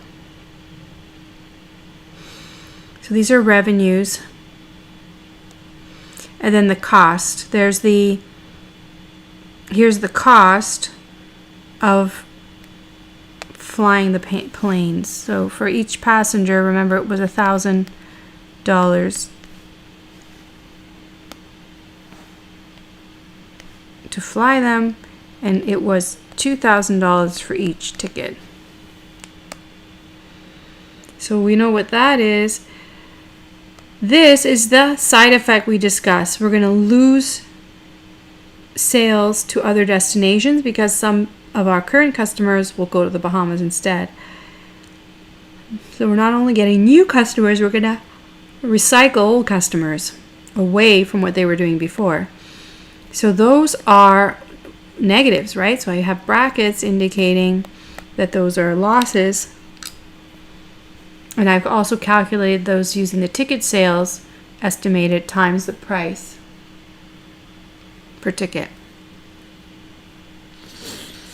Here is the terminal situation that this is the opportunity cost. This is the opportunity cost of having the terminal and using it for this project rather than renting it out to somebody else. And repeating above, these were the revenues for the sales and lost sales, and these are the costs for the sales and lost sales. Notice the lost sales means lost revenue, but it also means lost cost because we no longer have to fly those people to other destinations. So that's a sort of a savings. So we put all these things together and we get earnings before depreciation and taxes. That's what this represents. So this is accounting terminology, right? Earnings before depreciation and taxes. Let's put in the taxes, multiply each one by 1 minus the tax rate, right? Because I'm going to figure out the after-tax amount. So really we're multiplying each amount by 0.6. And these are the cash flows. Okay, you want to verify all those numbers and ask me questions?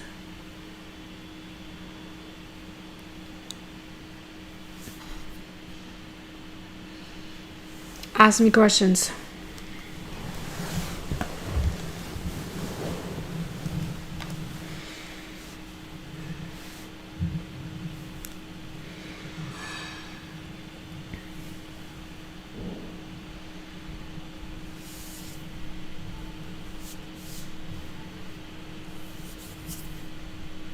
Where's 40 million that you're looking at, Leonora? Which 40 million are you looking at?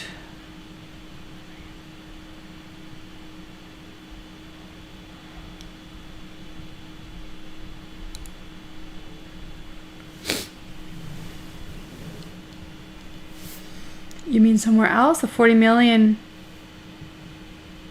The 40 million for the purchase of the planes? I'm not sure what you're referring to. Okay, EBTT is all of these added together. So this is add, no, these are subtract. Well, this is, let me say this. So this is a negative, right? That's what the brackets mean. So it's going to be this minus this, minus this, minus this, plus this.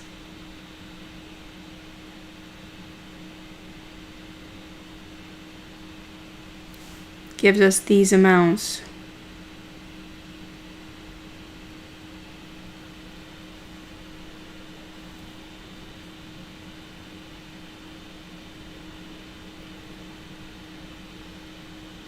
So you could, these are already put together here. So let's just take this. So these are already put together. This plus this minus this. This plus this minus this. This plus this minus, you see that? So then I'm going to take this amount here minus this minus this. So it's 32,000 minus 25,900 minus 200 gives me this. Should.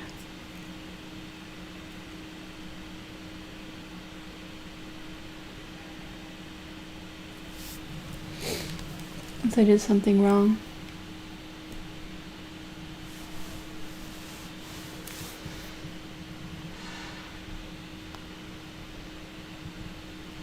All right, so I'm going to repeat. These are the sales. This was, remember, 16,000 times 2,000 is $32,000 revenue. So these are the tickets sold to the Bahamas. These are the lost sales because people who were going to Jamaica and Bermuda are now going to go to the Bahamas, so they lose these sales. So these are negative revenues. I mean, they're losses, lost revenue. And then these amounts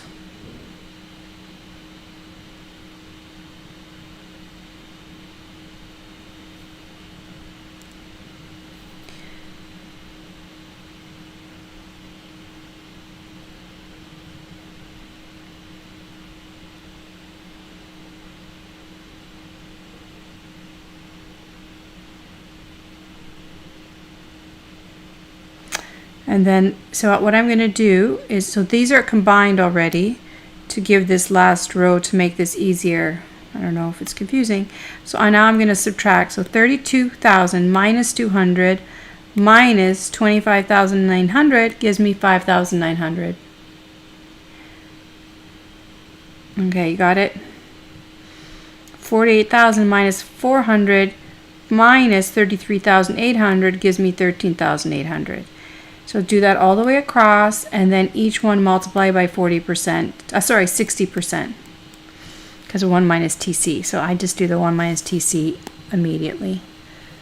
So I'm calculating the percentage after tax.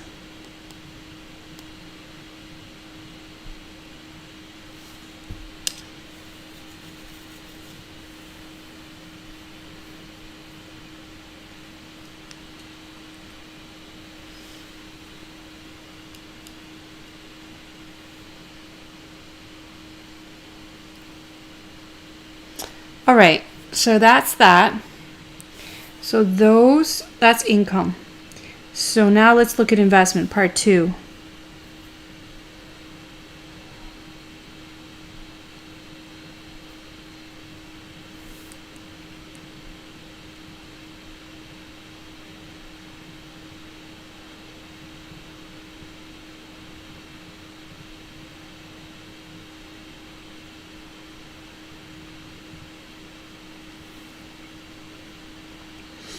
We have the airplanes.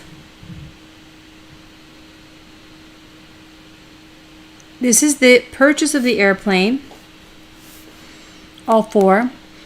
And then the sale of the airplane at the end. Oh, is that the right number? Yes? Yeah. 3,000. Yeah, 3,691,000 times 4. Right? So that's the salvage. What's this? These are the net working capital changes. So these all go into investments.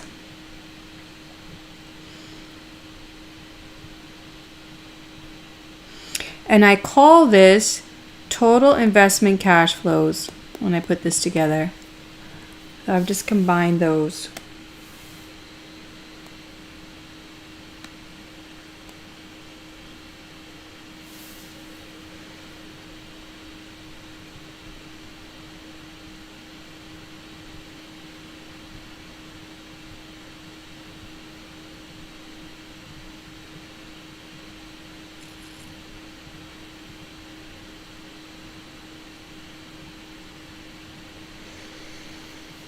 So, everyone's okay with this one? Now that's all we have to do for investments. This is different than income because I'm going to separate apart from here the impact of the tax shields, the impact of depreciation. So all I have to do with is deal with this here. Okay, there's no other tax treatment of these amounts.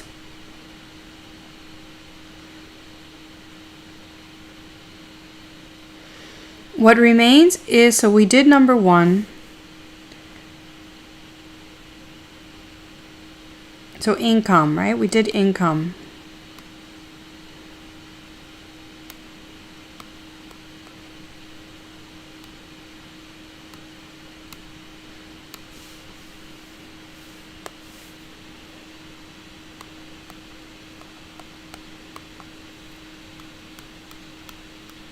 Sorry, I'm trying to make this look neat.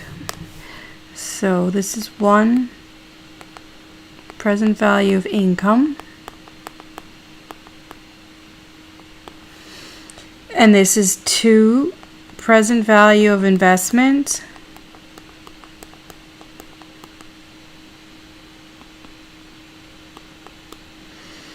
And 3, I said, would be the present value of CCA tax shield.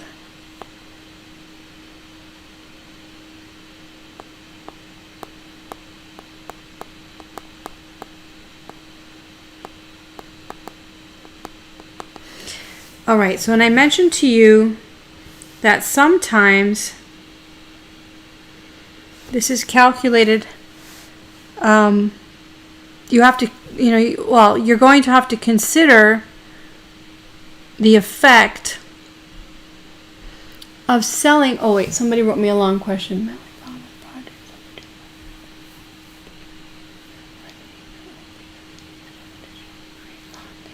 Okay, so Alan has a nice statement there about having a different assumption than the one that's made in this exercise. So we could debate that outside of this exercise, but as given, just work with what I've given you in the assumptions. Definitely, your assumptions are going to change your calculation. For this course, I'm not going to force you to make, those kinds of decisions. Force or encourage you, but I just want to show you the technical details after the assumptions have been made. But it is healthy to question assumptions, and I invite it. He's written out a concern why they would rent, but an airline would never rent hangar out because increased competition and would create lost ticket sales, lower ticket price.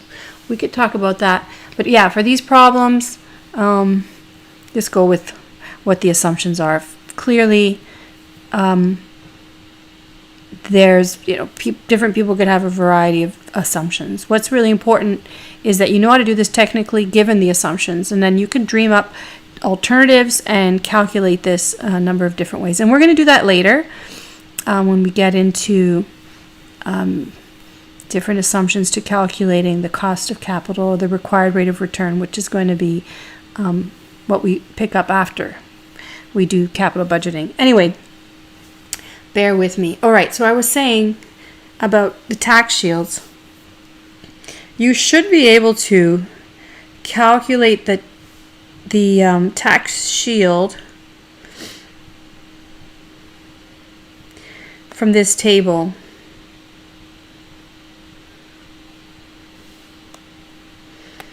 You should be able to just discount these, right? Discount this one period.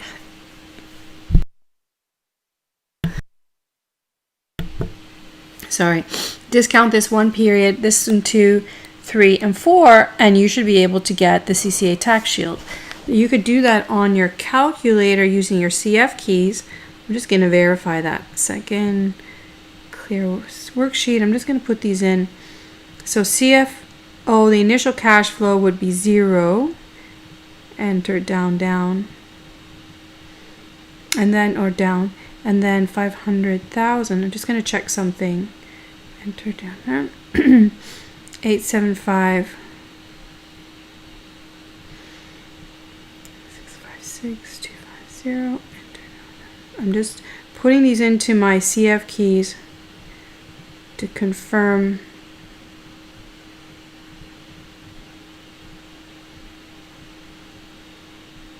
At 10%. No, it doesn't work. Interesting. Okay, might have done something wrong. Okay, so let's see. What we're going to do here is use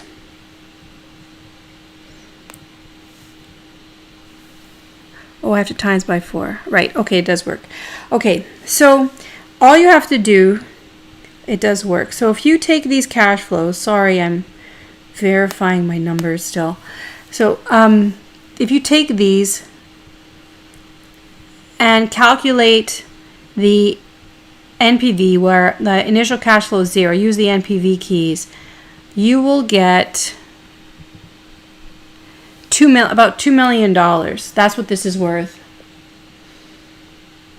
And then multiply that by 4. So wait, let me finish this and I'll go back to the questions. Okay, I'm going to finish this. I'll get back to investments in a minute. So if we calculated the present value of CCA tax shields, in this example, I would take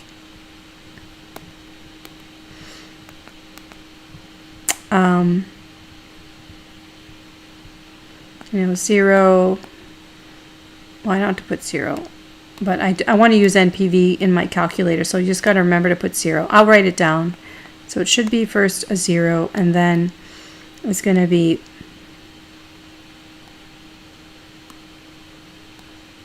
$500,000 over 1.1, because the discount rate for this problem is given as 10%. And then 875,000, 1.1 square plus, so you get the hang of what I'm doing here, 656,250, 1.13, and then 492, 187, 0.50, 1.14. Okay, so if you put all that together,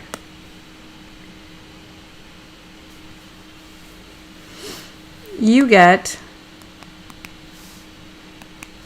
for one plane, 2 million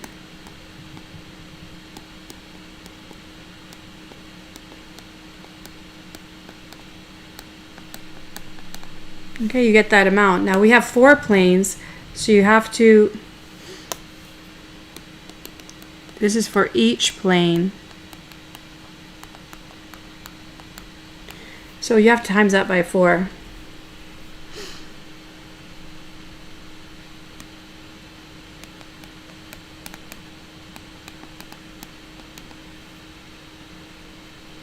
Which is 8 million.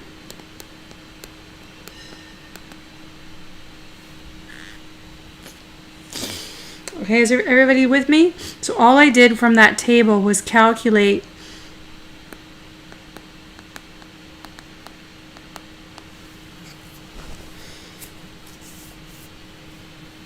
this is the present value of the CCA tax shields for all 4 planes. And I could get that right off of the table. And since the book value was equal to the market value, that's it. I would be done. However, I need to teach you a general approach to solving this. So I present to you the general approach, this long formula that you can put on your formula sheets. You're allowed to use this. Put this on the formula sheet and use it. You just need to know how to use it. This is going to compute for you the present value of the CCA tax shields, whether or not your book and market value match up. Okay, it's going to take care of all the considerations. You just have to know what the different variables are. So C is the cost, the original price of the assets.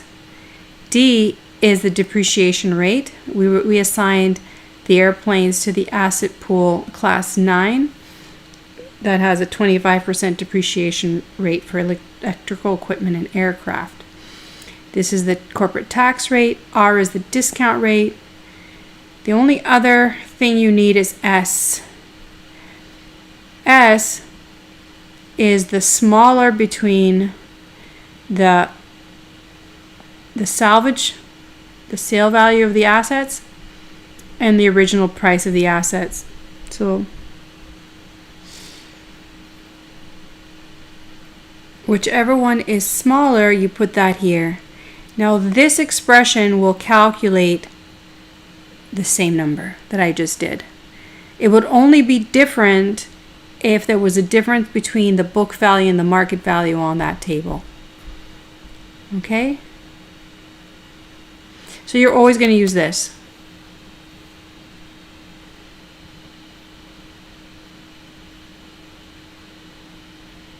So in this course, we'll deal with the simplest case where there are no capital gains and the asset pool is not terminated after the sale.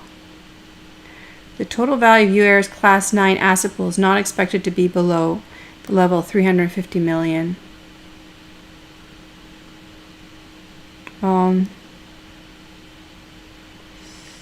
So this formula will give you the same result as the case when the market and book value don't match up.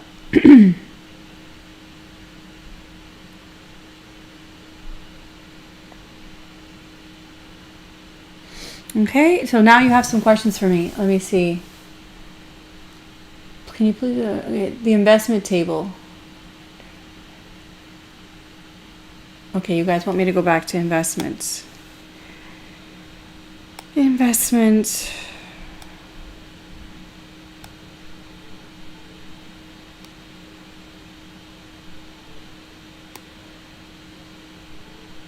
Okay, so that was income and investments up here. All right, so you have the the purchase of the planes and the sale of the planes. Then the net working capital investment, so that's negative, negative, negative, and then positive.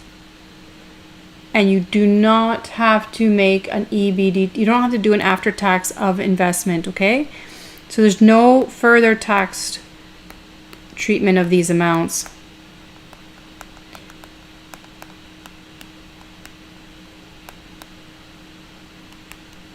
Okay, we don't notice I included taxes payable as a current liability, so there's no other tax treatment here, and the taxing for the purchase of the item, there's the tax treatment of that, like it's going to be a cost, right? And then we get to expense the depreciation, like we get to claim the wear and tear of the planes. There's nothing else to do. That's it. So there's no further tax treatment here.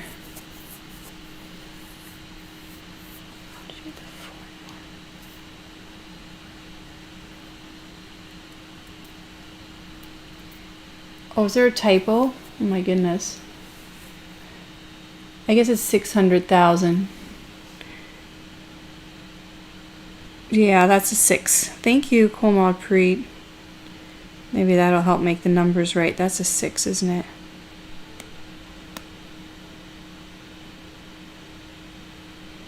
Hope that doesn't change everything. This should be a 6.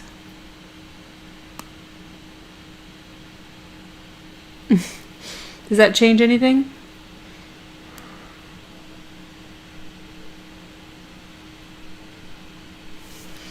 Typos, sorry. Let's see.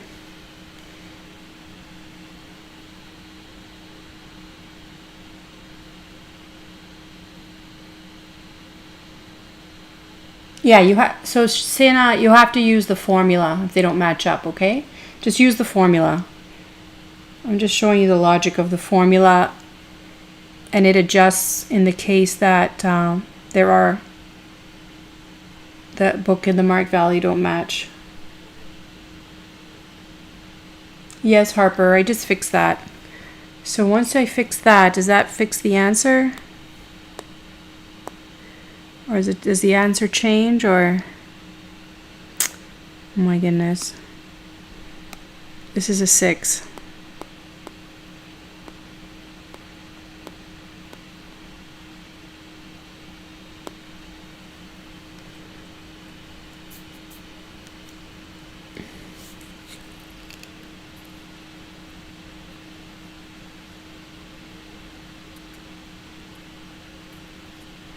Why don't we discount sale price?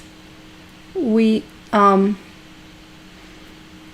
so this is our investment,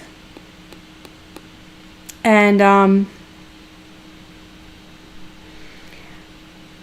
rather than opting to discount the sale, like the purchase price, that's what you're saying, right? So rather than using this as an expense, we expense it by depreciation over time. So we do not have a tax treatment other than what we do with the tax shields for the plane purchase.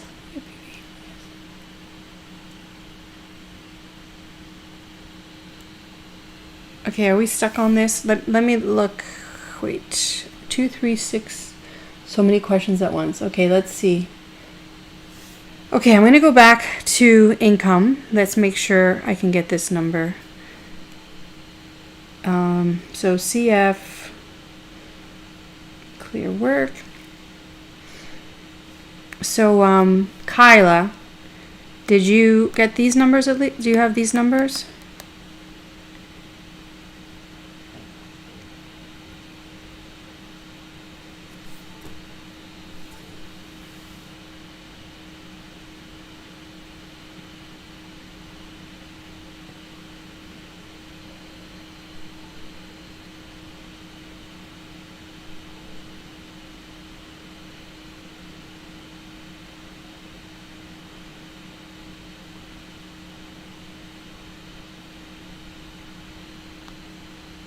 Okay, I'm just checking. Okay, so I get all those numbers. And now I put them into the CF keys. So CF, don't forget the 0, enter down, and then 3540. So remember, these are in thousands of dollars. Just to keep that in mind. 8280.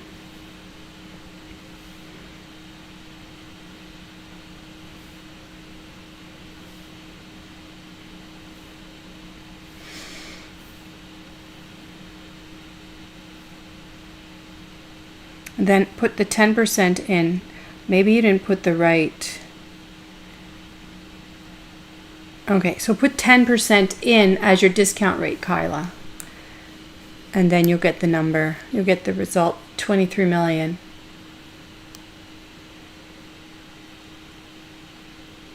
$23,691,000. Yeah, this is correct, Kyla, but you have to use 10%.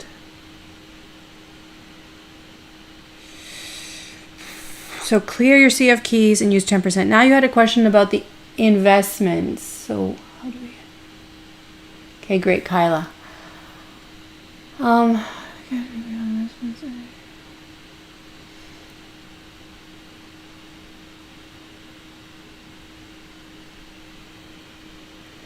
right, for this one, so for now the investment cash flows, let's put these in.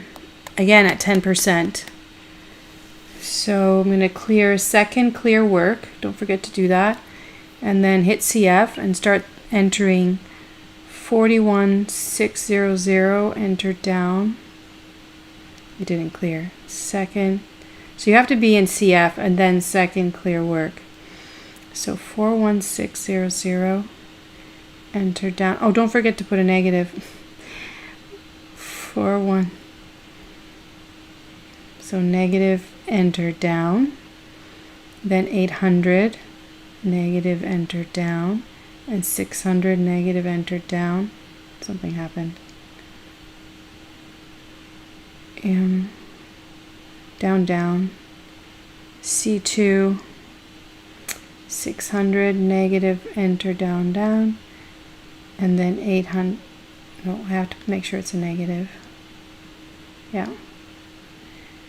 And then 800, enter down, down, and then 16965.625, enter down, and then NPV 10%, enter down, compute. Okay, I got it. You have to use the calculator, Kyla, or you can use Excel. I think the calculator, you're faster at the calculator now.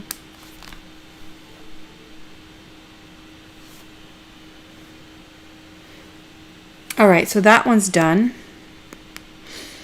And then CCA tax shield, we did it. All right, so this takes time, right? We've been doing this for 2.5 hours pretty much with some breaks. So let's say 2 hours even. So this takes a while. You need to practice doing this. You're going to get a case on the test. And you need to be able to read it, pick it apart, and lay it out.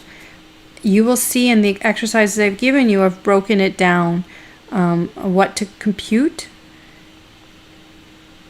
We need to practice computing this. All right, I put all the values in.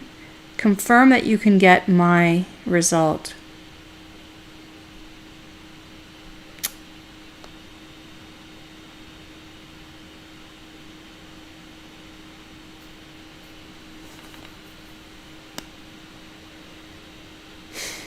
Okay, you're gonna, you have to recognize all these notations here, where R is the discount rate, and then practice punching it in.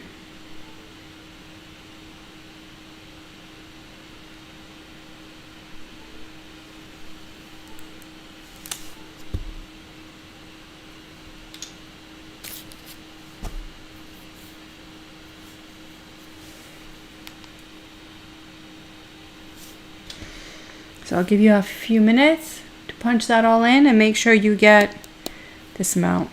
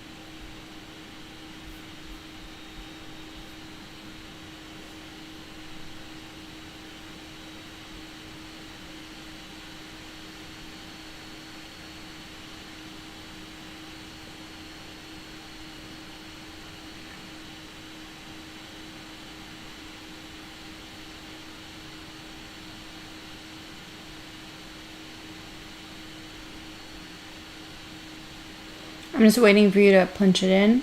Let me know you got it.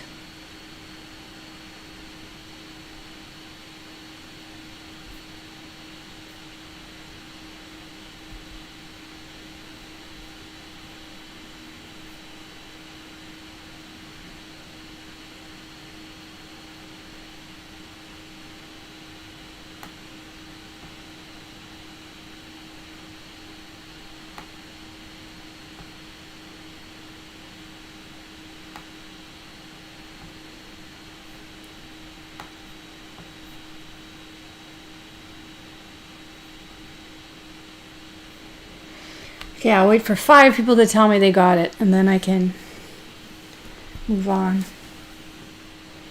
Okay, good. Very good. Let's go.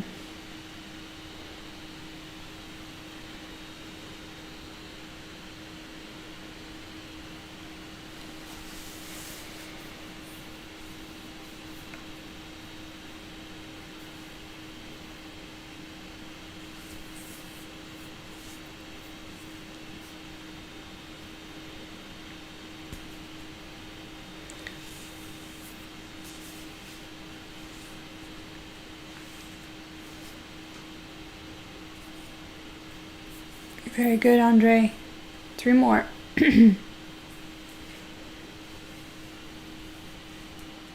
Oh, you guys are showing me you have a different number?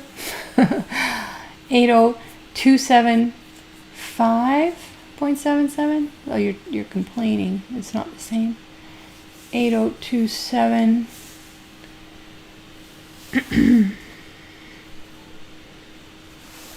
802763. What did I get?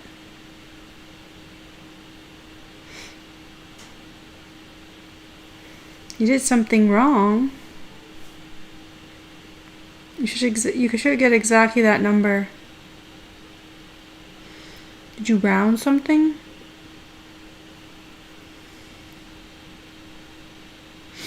Let me see. You guys both got the same wrong answer.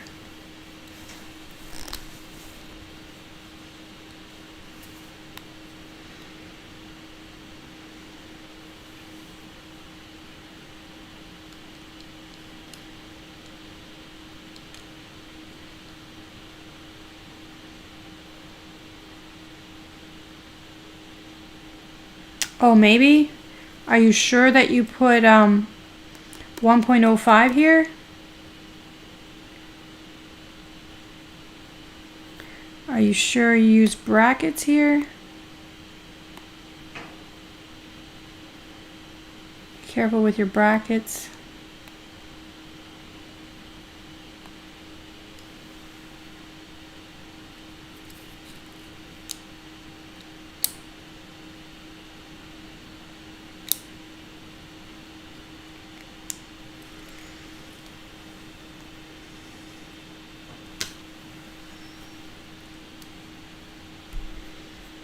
Okay, I will have to confirm this result.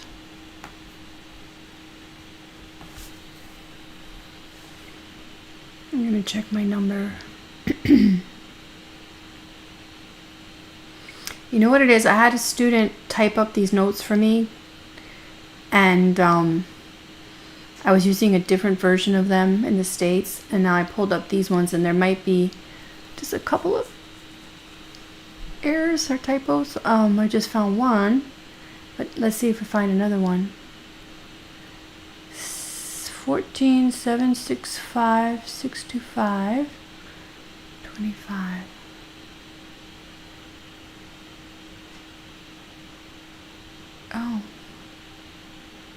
Oh, maybe because the 25. That makes sense. Yeah, there's no 25 there. Where did that come from?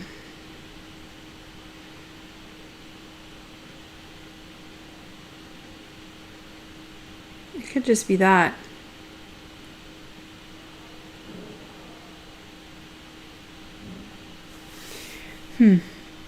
Anyway, okay, so I will double check. Okay, you guys, I will double check that and let you know, right? It should be exactly the number I have there. It might be that something's up with this 25, that you don't need that. It could just be that.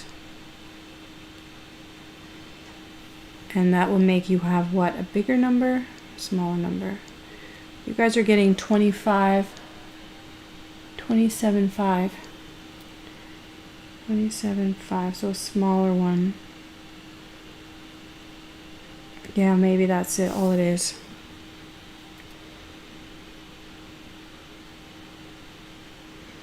Okay, let's take 5 minutes and I will verify. Okay, take a 5-minute break. 5 minutes this time.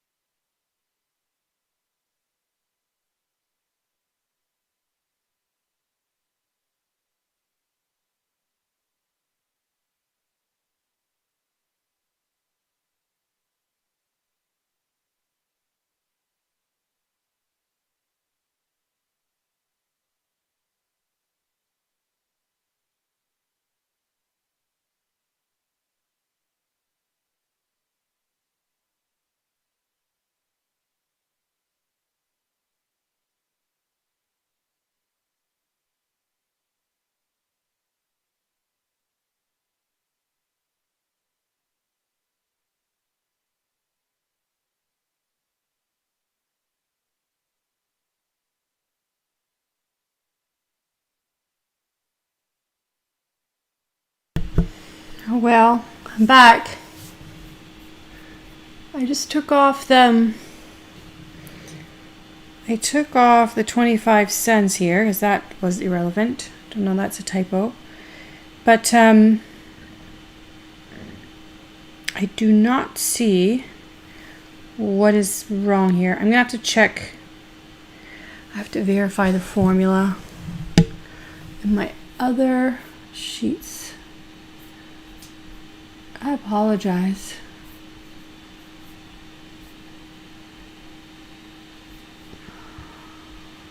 How could I get this wrong?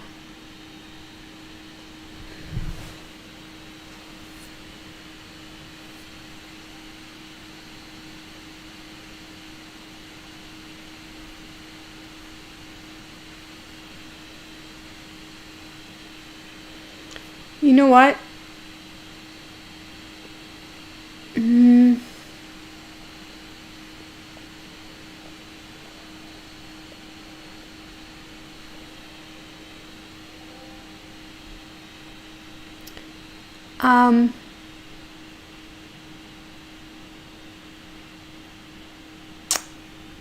Yeah. It's good that we found this because she's got it all wrong here. And I should have noticed.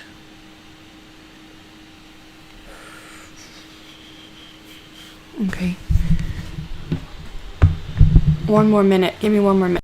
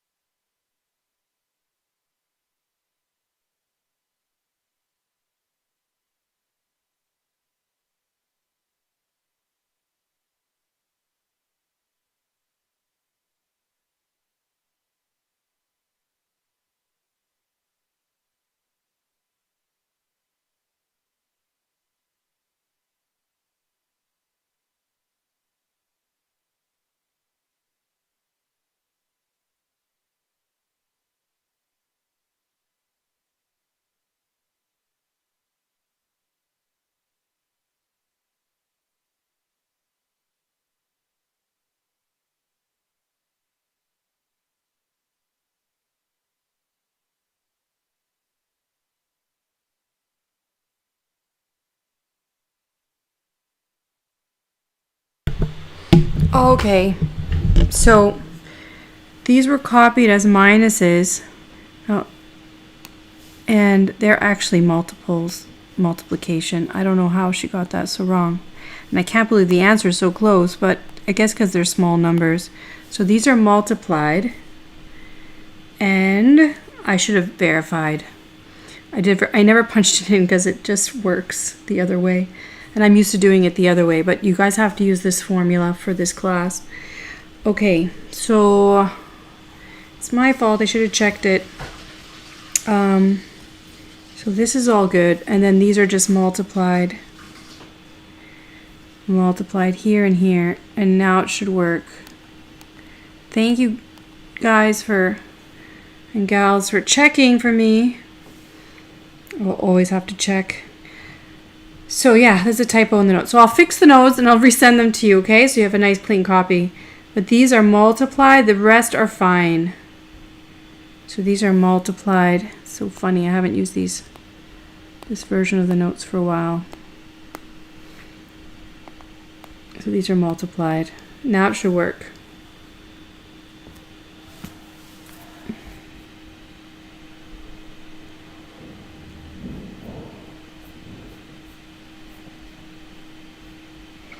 And it's done properly in all my other notes. It's just, I don't know how she interpreted a minus. Maybe because I had a dot in the notes. There you go.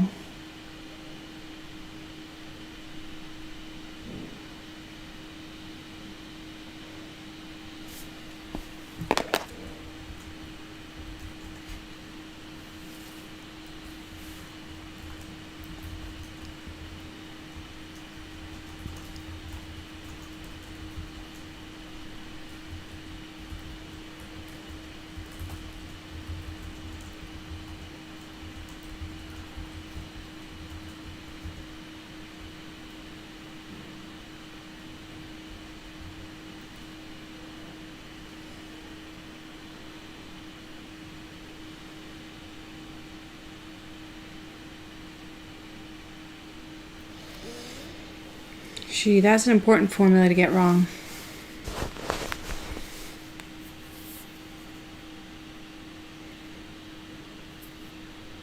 So it's all multiplication.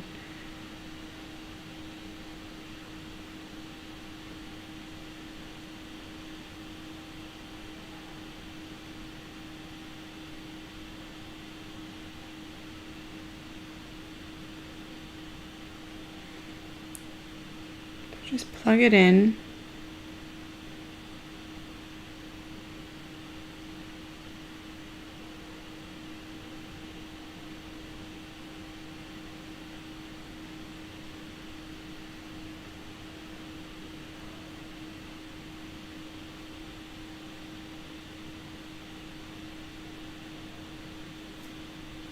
It works.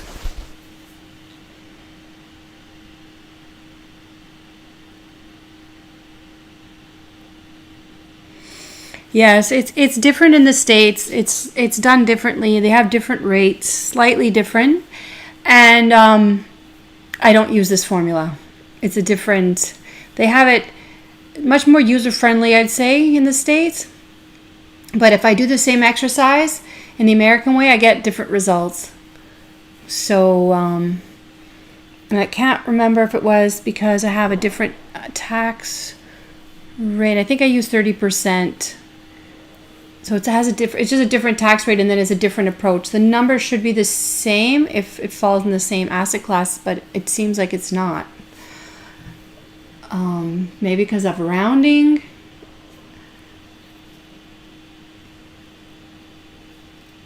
So Muskan, I've given you 3 samples to practice. Oh, you're talking about sample finals. I don't have any sample finals. I'll have to ask about that too. I'll have to ask if I can get some sample finals for you.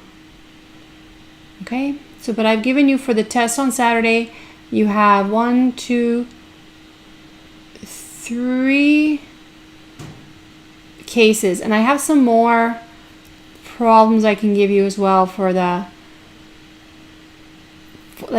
some prep questions, I guess, for the Saturday test. Yeah, it's very interesting, Senna. I can send you this if you want, Senna. I can send you this problem in my American notes. You can see it.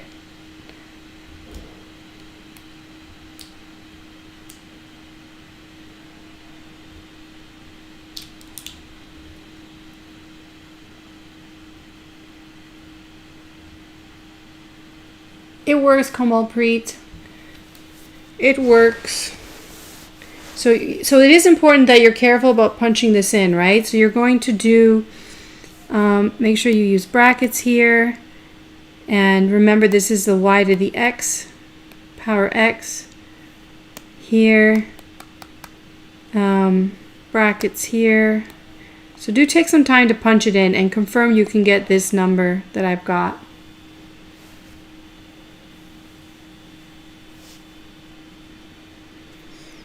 Okay, so we've taken some time on this, but this is the setup for solving the problems in cases. Yes, Andrea, I'm going to give you a case, and I'm also going to give you exercises on Module 3, right? So similar to the ones you already have.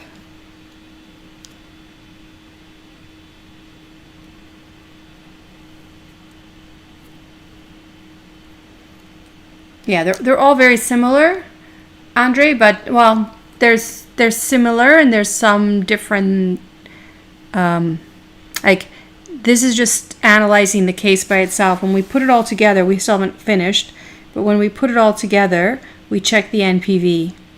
I gave you an exercise, or I think I gave you an exercise where you actually compare alternative projects and figure out which one is the better one. So different elements, different stories, but you'll see it's pretty much the same thing every time.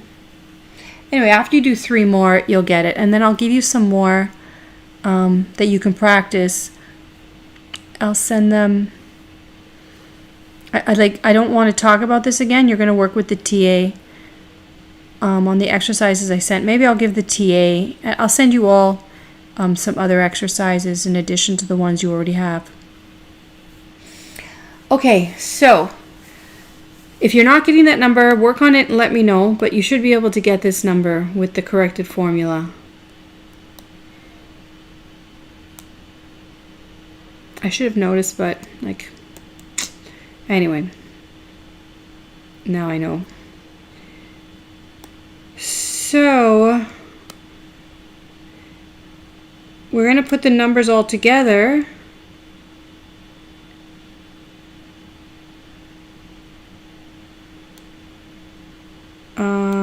Did I do that already here? No. Okay, so this is the CCA. This is the net working capital, investment cash flow. So there's income, investment up here,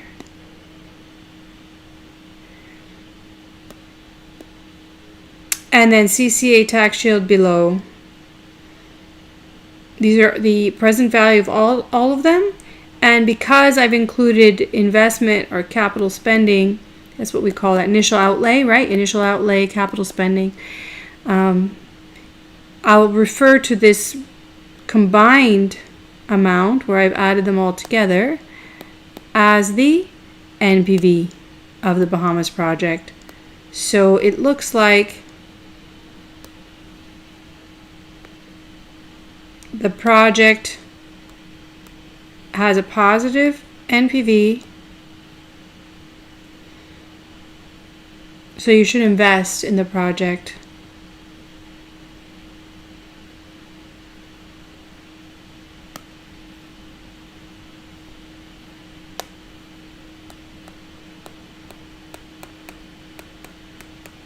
Got it?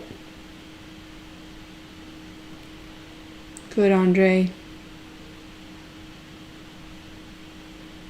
Yes, Mido. Yes, the Saturday test has this material. So module 3 and module 4 on Saturday test. So the techniques.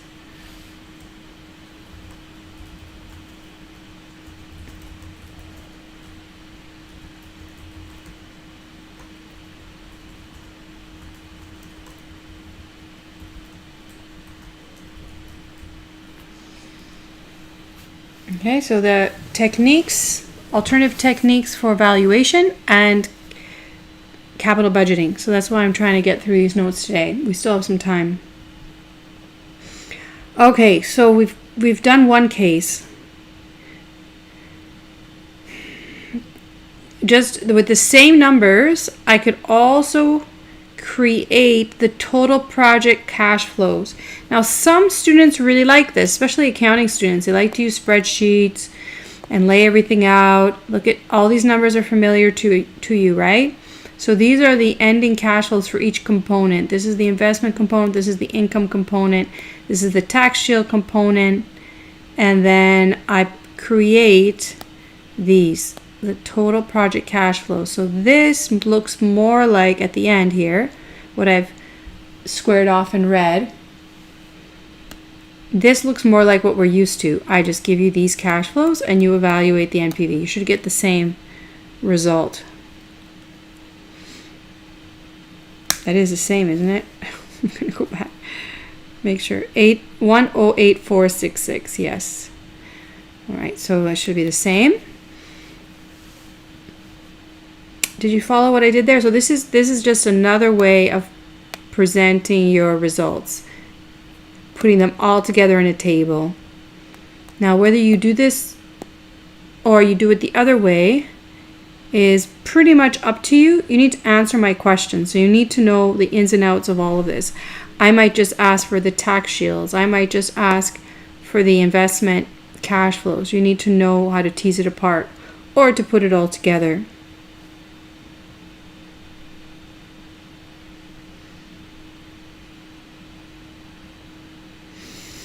Okay, there was a second question on the case.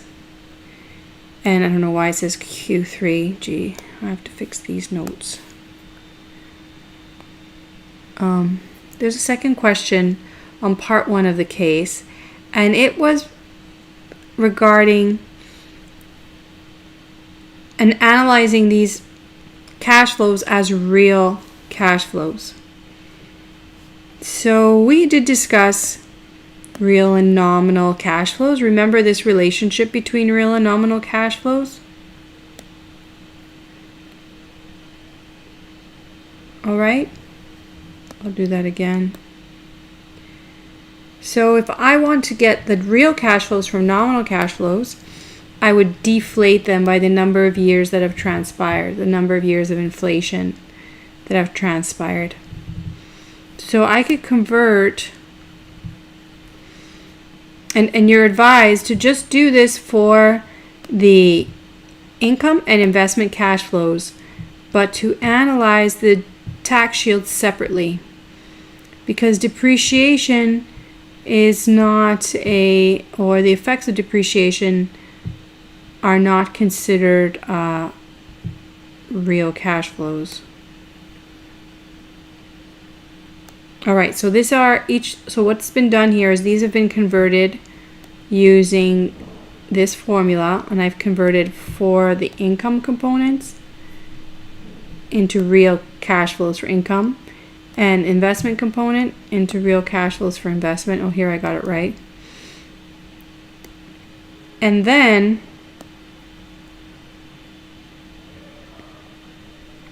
using the real rate, you have to compute the real rate. This is the other formula you learned about.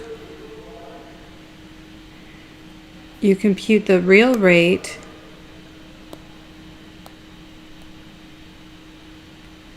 and using the real cash flows and the real rate, you should get the same answer.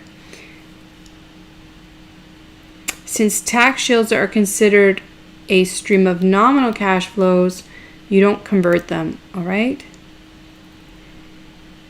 They're just as a result over time of tax savings from expensing depreciation, so you wouldn't convert them to real cash flows. So this is just kept separate. Anyway, if I ever ask you anything like this, just follow the instructions. Notice your present value amount is identical. Okay, in time 0, no time has passed. At point 0, no inflation has passed. The present value in real or nominal terms should be the same, and it is. So have a look at that. But other than that, for this is the this is your first case. Okay, so it took a while. The biggest step is to read your case, to be patient, read through it, identify incremental cash flows, okay? And you'll see, you'll get a lot of instruction in that. So let's see, it's 9 o'clock. Let's see, maybe since I've given you 3 to work with the TA, and the TA is reviewing those, maybe I'll give you something different. I'm going to send you, give me a couple of minutes, I'm going to send you something we can work on together, something new, all right? With no answers, okay?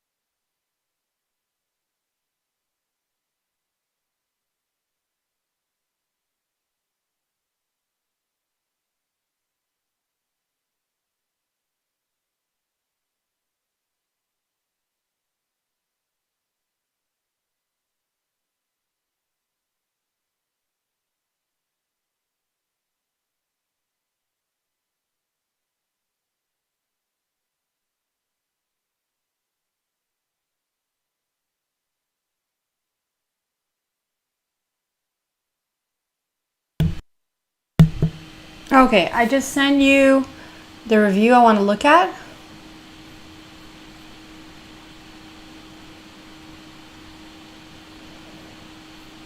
And I'll pull it up.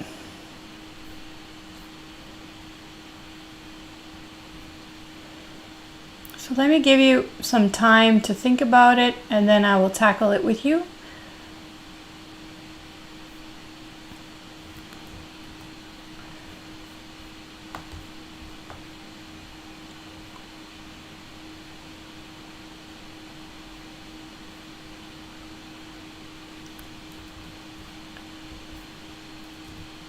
Okay.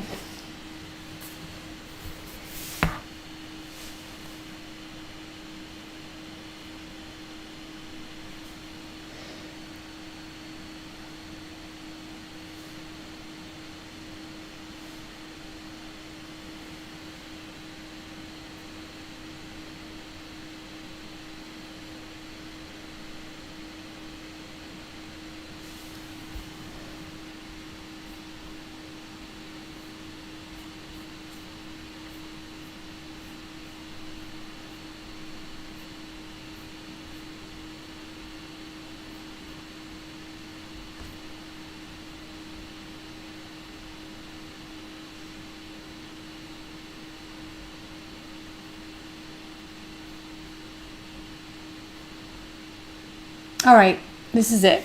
Okay, why don't you take 5 minutes to fill some of that in? At least try the first one.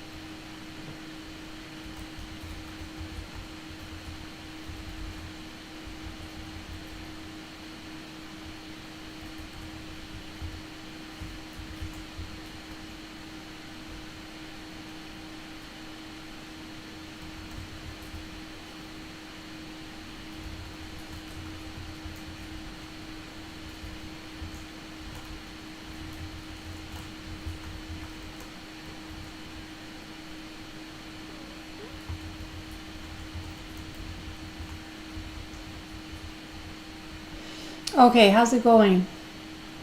Any answers? So Colgate is analyzing the feasibility of producing a special St. Patrick's Day toothpaste which is green in color. If this toothpaste is produced, 300 machine hours will be taken away from existing product lines. Colgate's analysts give the following dollar amounts and are estimates related to the new toothpaste. The present value of additional sales of St. Patrick's Day toothpaste is $600,000.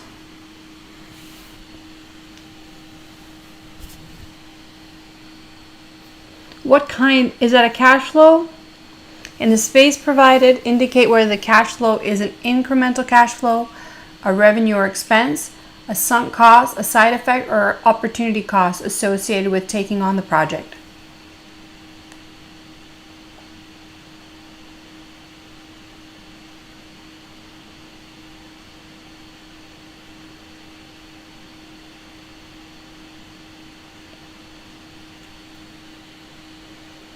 What do you think?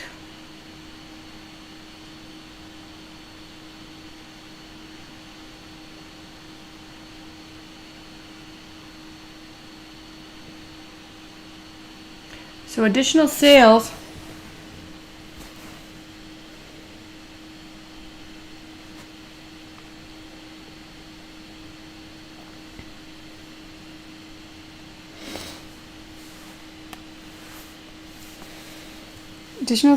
of St. Patrick's Day toothpaste would be incremental revenues, right?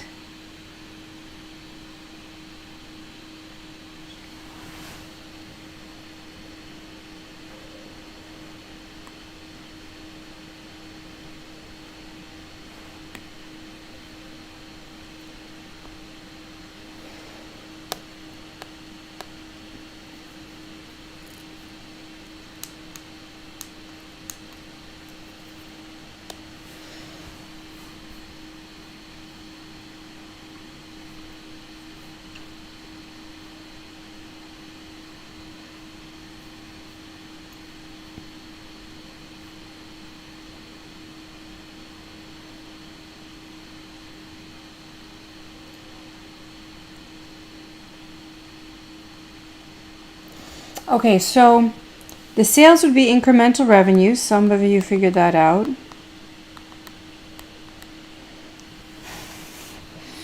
The cost of 300 machine hours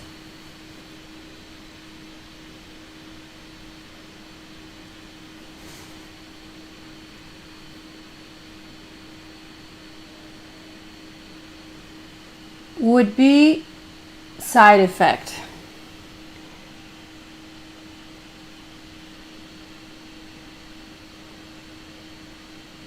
Or would it be incremental cost?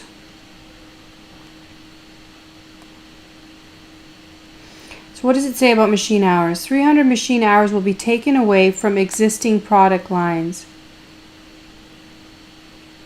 So what is that? What does that more sound like? What does it sound like more?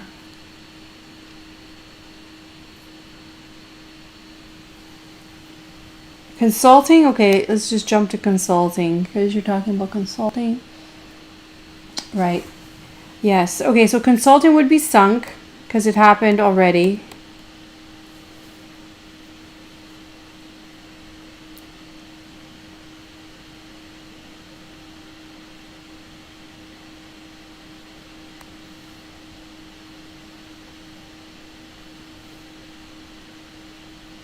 Yeah, so this is a market analysis before the project took place. It doesn't say that. If that's the case, if that's the assumption I make, that's sunk cost. Okay. If so cost of machine hours. Now this is taken away from other products. This is more like opportunity cost, isn't it? Something already was associated with something else and I'm taking it away to do this project. So that's the opportunity cost to other projects.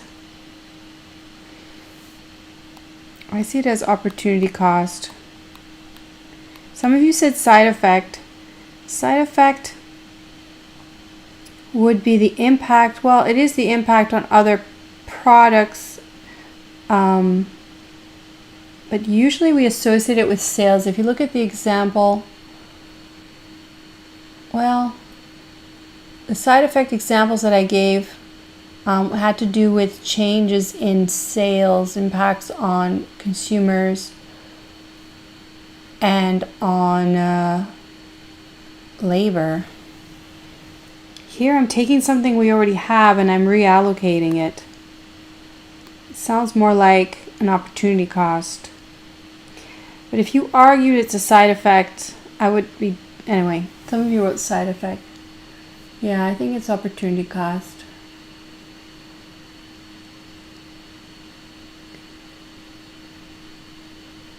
I'm looking at what you've written here. Okay, and sales of Colgate, other brands, toothpaste, present value of sales lost. So that is side effect here. Side effect.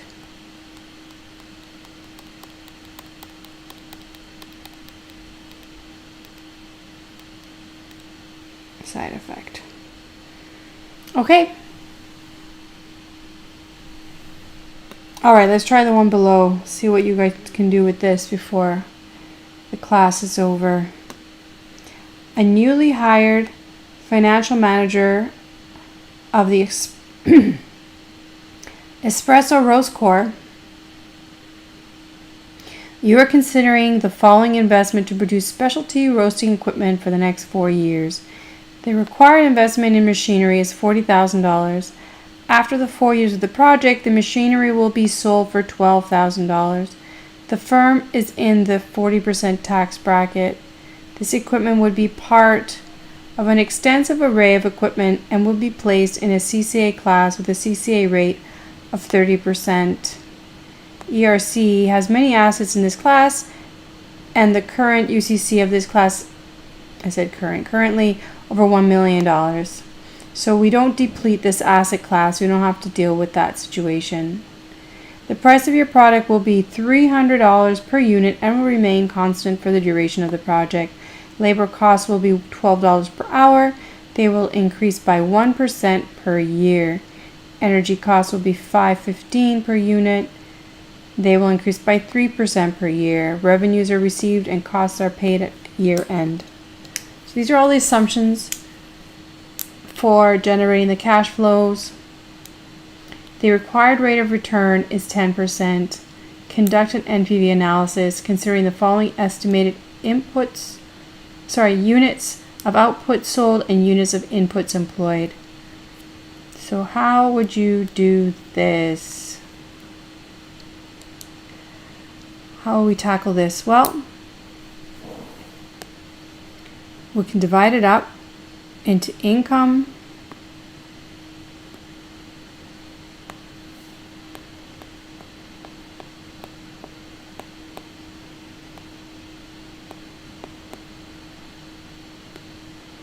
to investment, and 3 tax shield. So what goes where?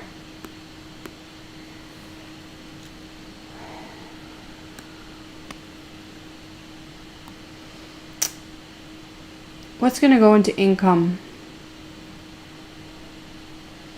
Units sold. And, well, it's net, right? So net revenues after tax. That's what we have to put in there.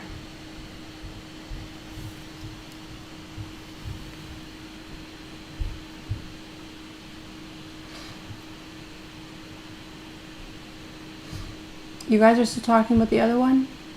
Do machine hours cancel each other from lost sales? Sorry, I'm going back.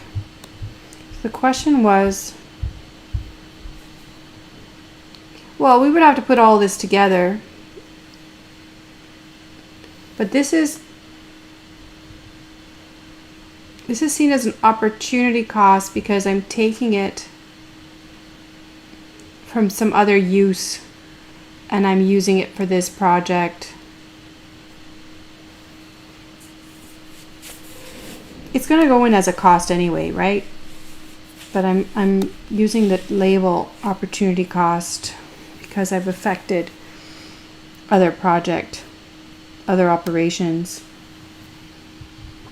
Okay, let's go back to the problem below. So,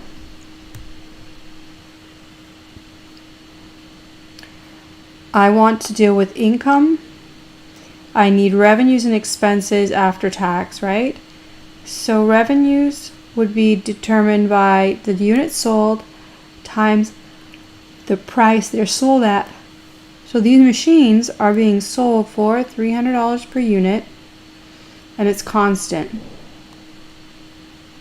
However, expenses change. We've got labor costs,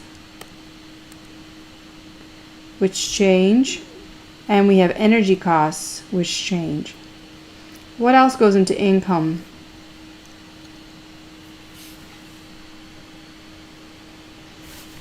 Nothing, right? Nothing? So how will we do this? So I want to show this example because, well, you could use a table approach or you could use annuities to do this. Because what you have, to calculate the present value of income, is you have, well, these are mixed cash flows for sure.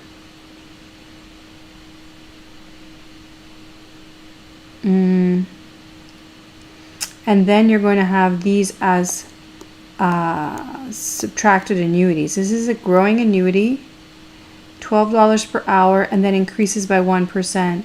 And this is also a growing annuity. Cost will be $5.15 per unit, increases by 3%. Okay?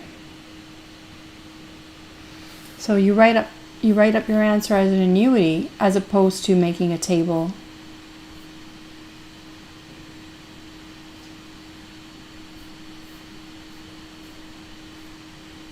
You want to try that?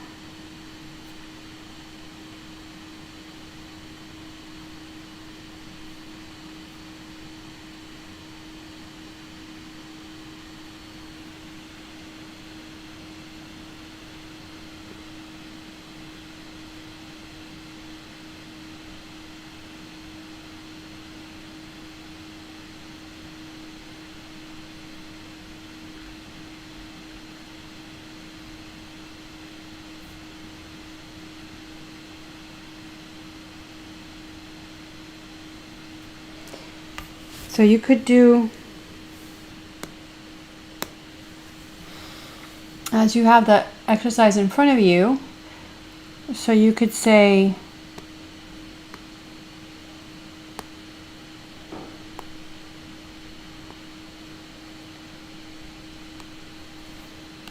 the present value of income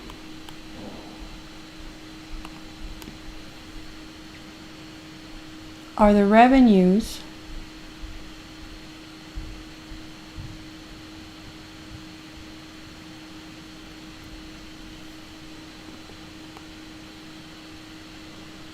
so you're taking $300, right? So 300 times 100 units. That's in the first year. So this is discounted using the discount rate of 10%, 1.1, plus it's 200. Sorry, it's still 300. I actually could just multiply. Let's do it like this. Let's make it less messy. Let's say the total units, but that's going to be confusing, isn't it? No, I'll do it this way.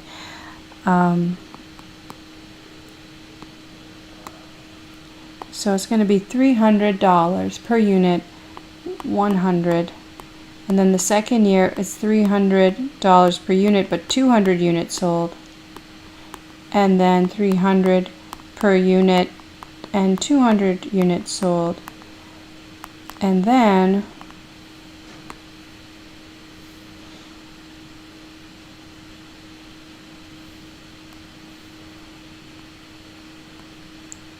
$150, so $300 per unit. Oh my goodness.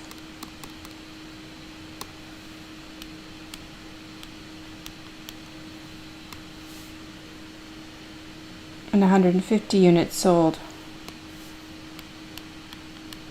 But this is over time, so this is going to get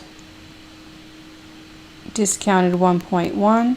This is 1.1 squared, this is 1.1 cubed, and this is 1.1 to the fourth. Now we want to subtract off the annuities. Labor is going to be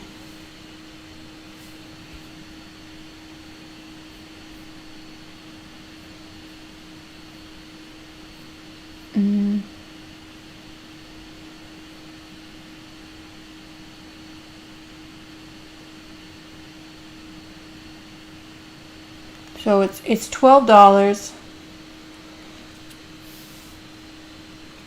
So it's 2,000 units of labor at $12. But then you have it's increasing at 1% per year, right? So 1% per year, that means this is going to be an annuity, a growing annuity for the 4 years of the project. This is a 4-year project.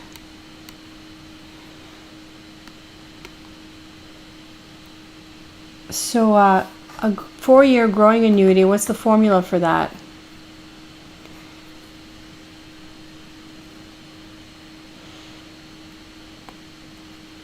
So you have to do R minus G. R is 10 and G is 1.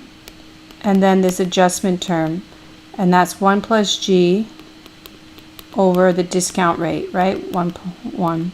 And that's for 4 years. So that's that piece.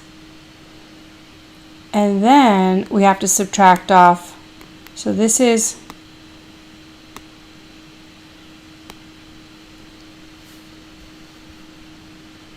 for labor.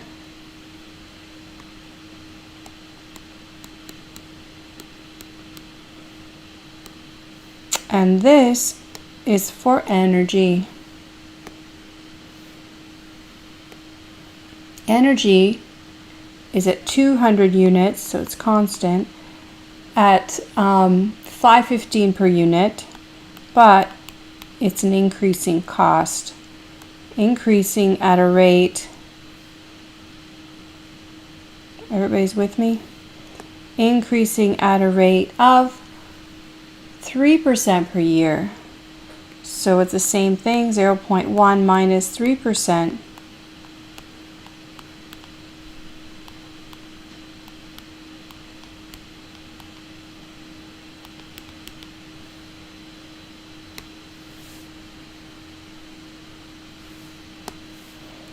And that is 4 as well. And now you're going to tell me, what am I missing? That's energy. Did I miss anything? There is something missing. I just want to see if you know.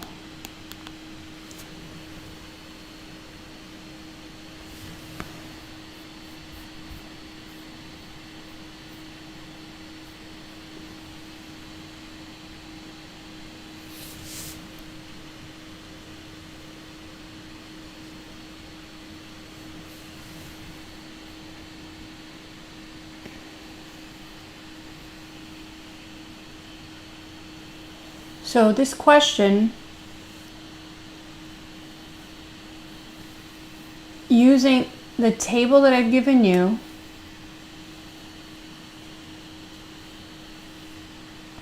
it's estimated that labor inputs and hours will be 2,000 in the first year and 2,000 in the second, and so on. Okay?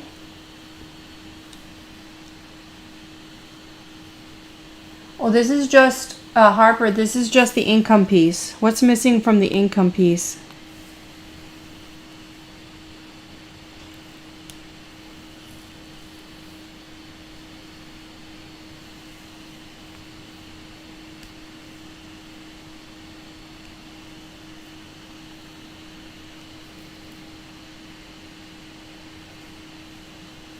Come on, anybody?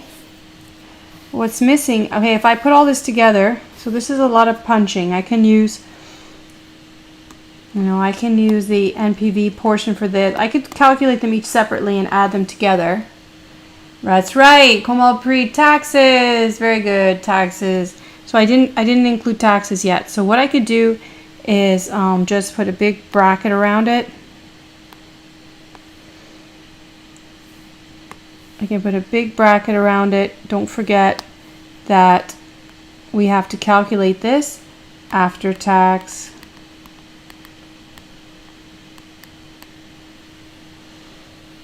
Okay, after tax. So it's taxes, the corporate tax rate is 40%. So we're going to multiply by 0.6. Is it 40%? Yeah.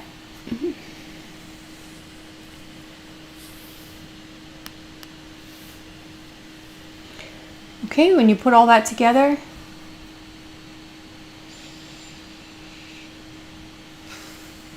okay, I'll leave that for you to put together. I'll send you the solution. So I just want to do the next part.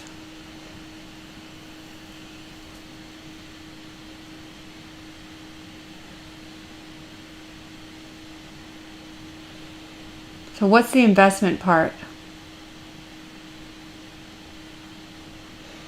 What goes into investment? Now notice I don't have any net working capital table here. I don't have any table here.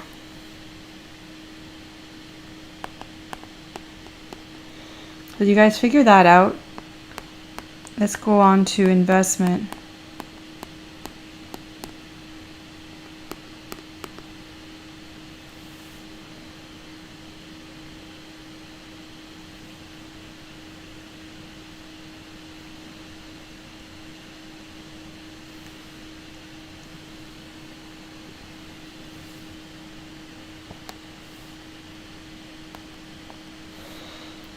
So how are we going to get this? This is going to be, let's see what we have to put here. We have to put in the initial outlay, right? The purchase. So we call that capital spending, what we spent on our equipment. So capital spending will go in here. What else goes in here? Think of the U-Air case.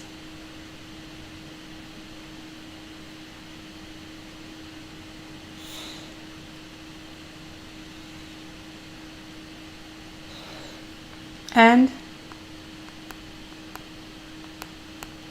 salvage, right? Goes in here.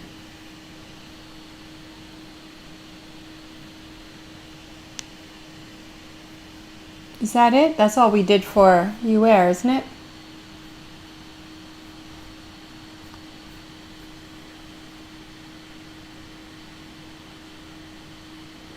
And there's no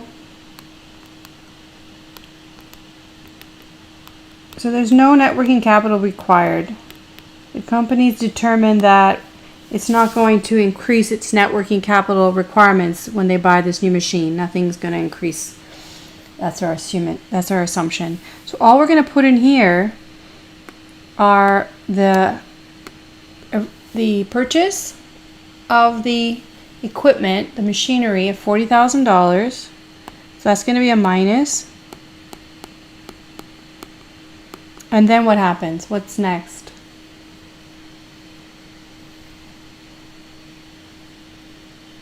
So you see, I'm not using a table. I'm just trying to show you, you can put it in a table if you like tables, or you could just do it like this. That's what I really want to get across to you. So what about the salvage?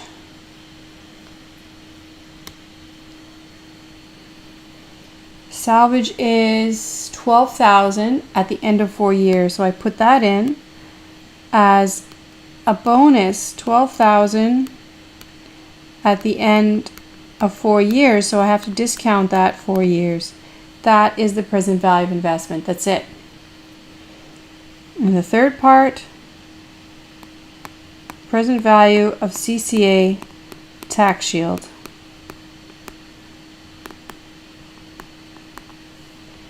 So you got to apply that formula.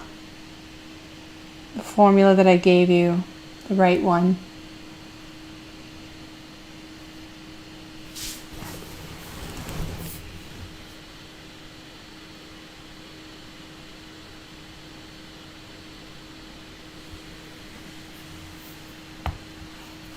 Okay? And then add them together.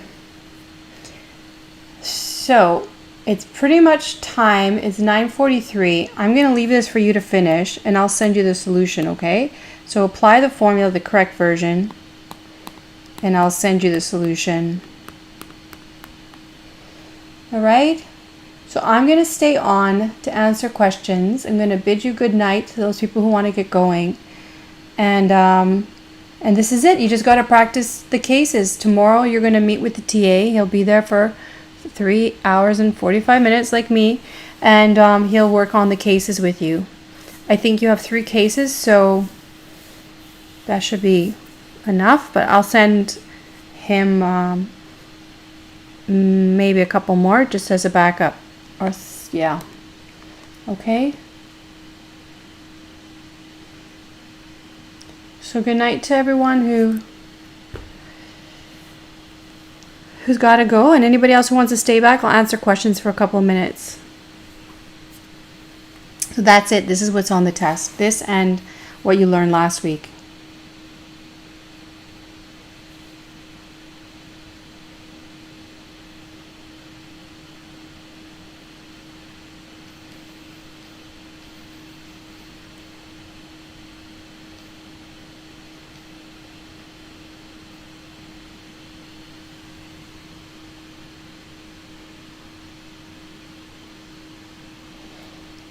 Yes, I got emails. I got a ton of emails, so I need to go through them carefully, Spencer. Thursday's lecture will be on the test 3 material, so I have to move on. I was supposed to start with the statistics review, and I don't think I'm going to have time for a statistics review, but I'll refer you to a lecture where I did a statistics review, or I will make an additional video. I have to decide. I haven't decided yet. But the issue is that, yeah, we're a little bit behind the schedule I outlined. So we need to just move on to the new material on Thursday.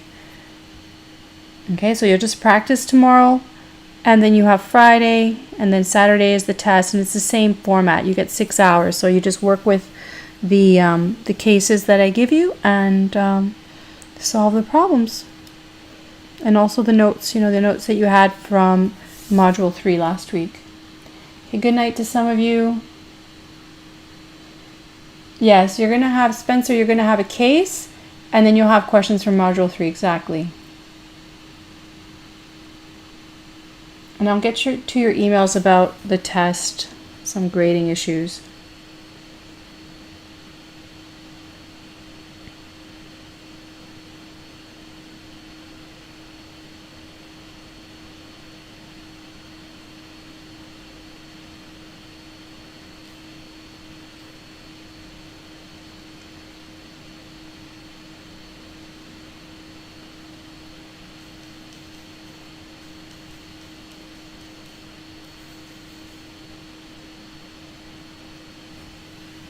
Good night.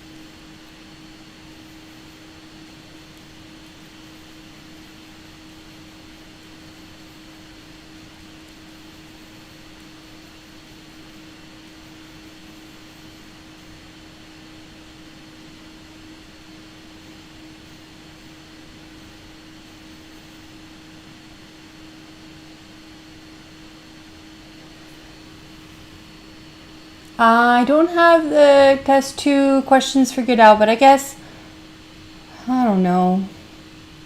The case should take you, it can take you about 45 minutes, and then maybe 5 other questions. So a case and 5 other questions. How does that sound, Mido? I didn't make the test yet. So my goal is always to make it fair to complete it. You should be able to complete it in an hour and a half.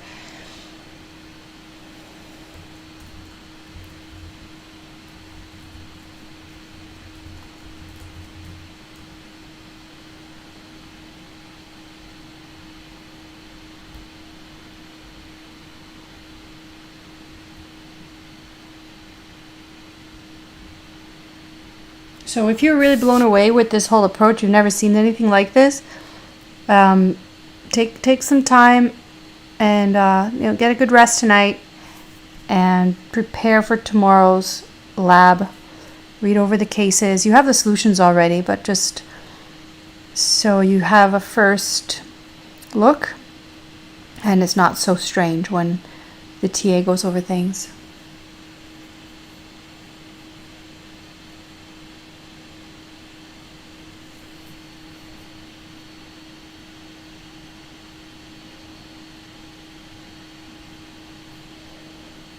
Okay, good night, everybody.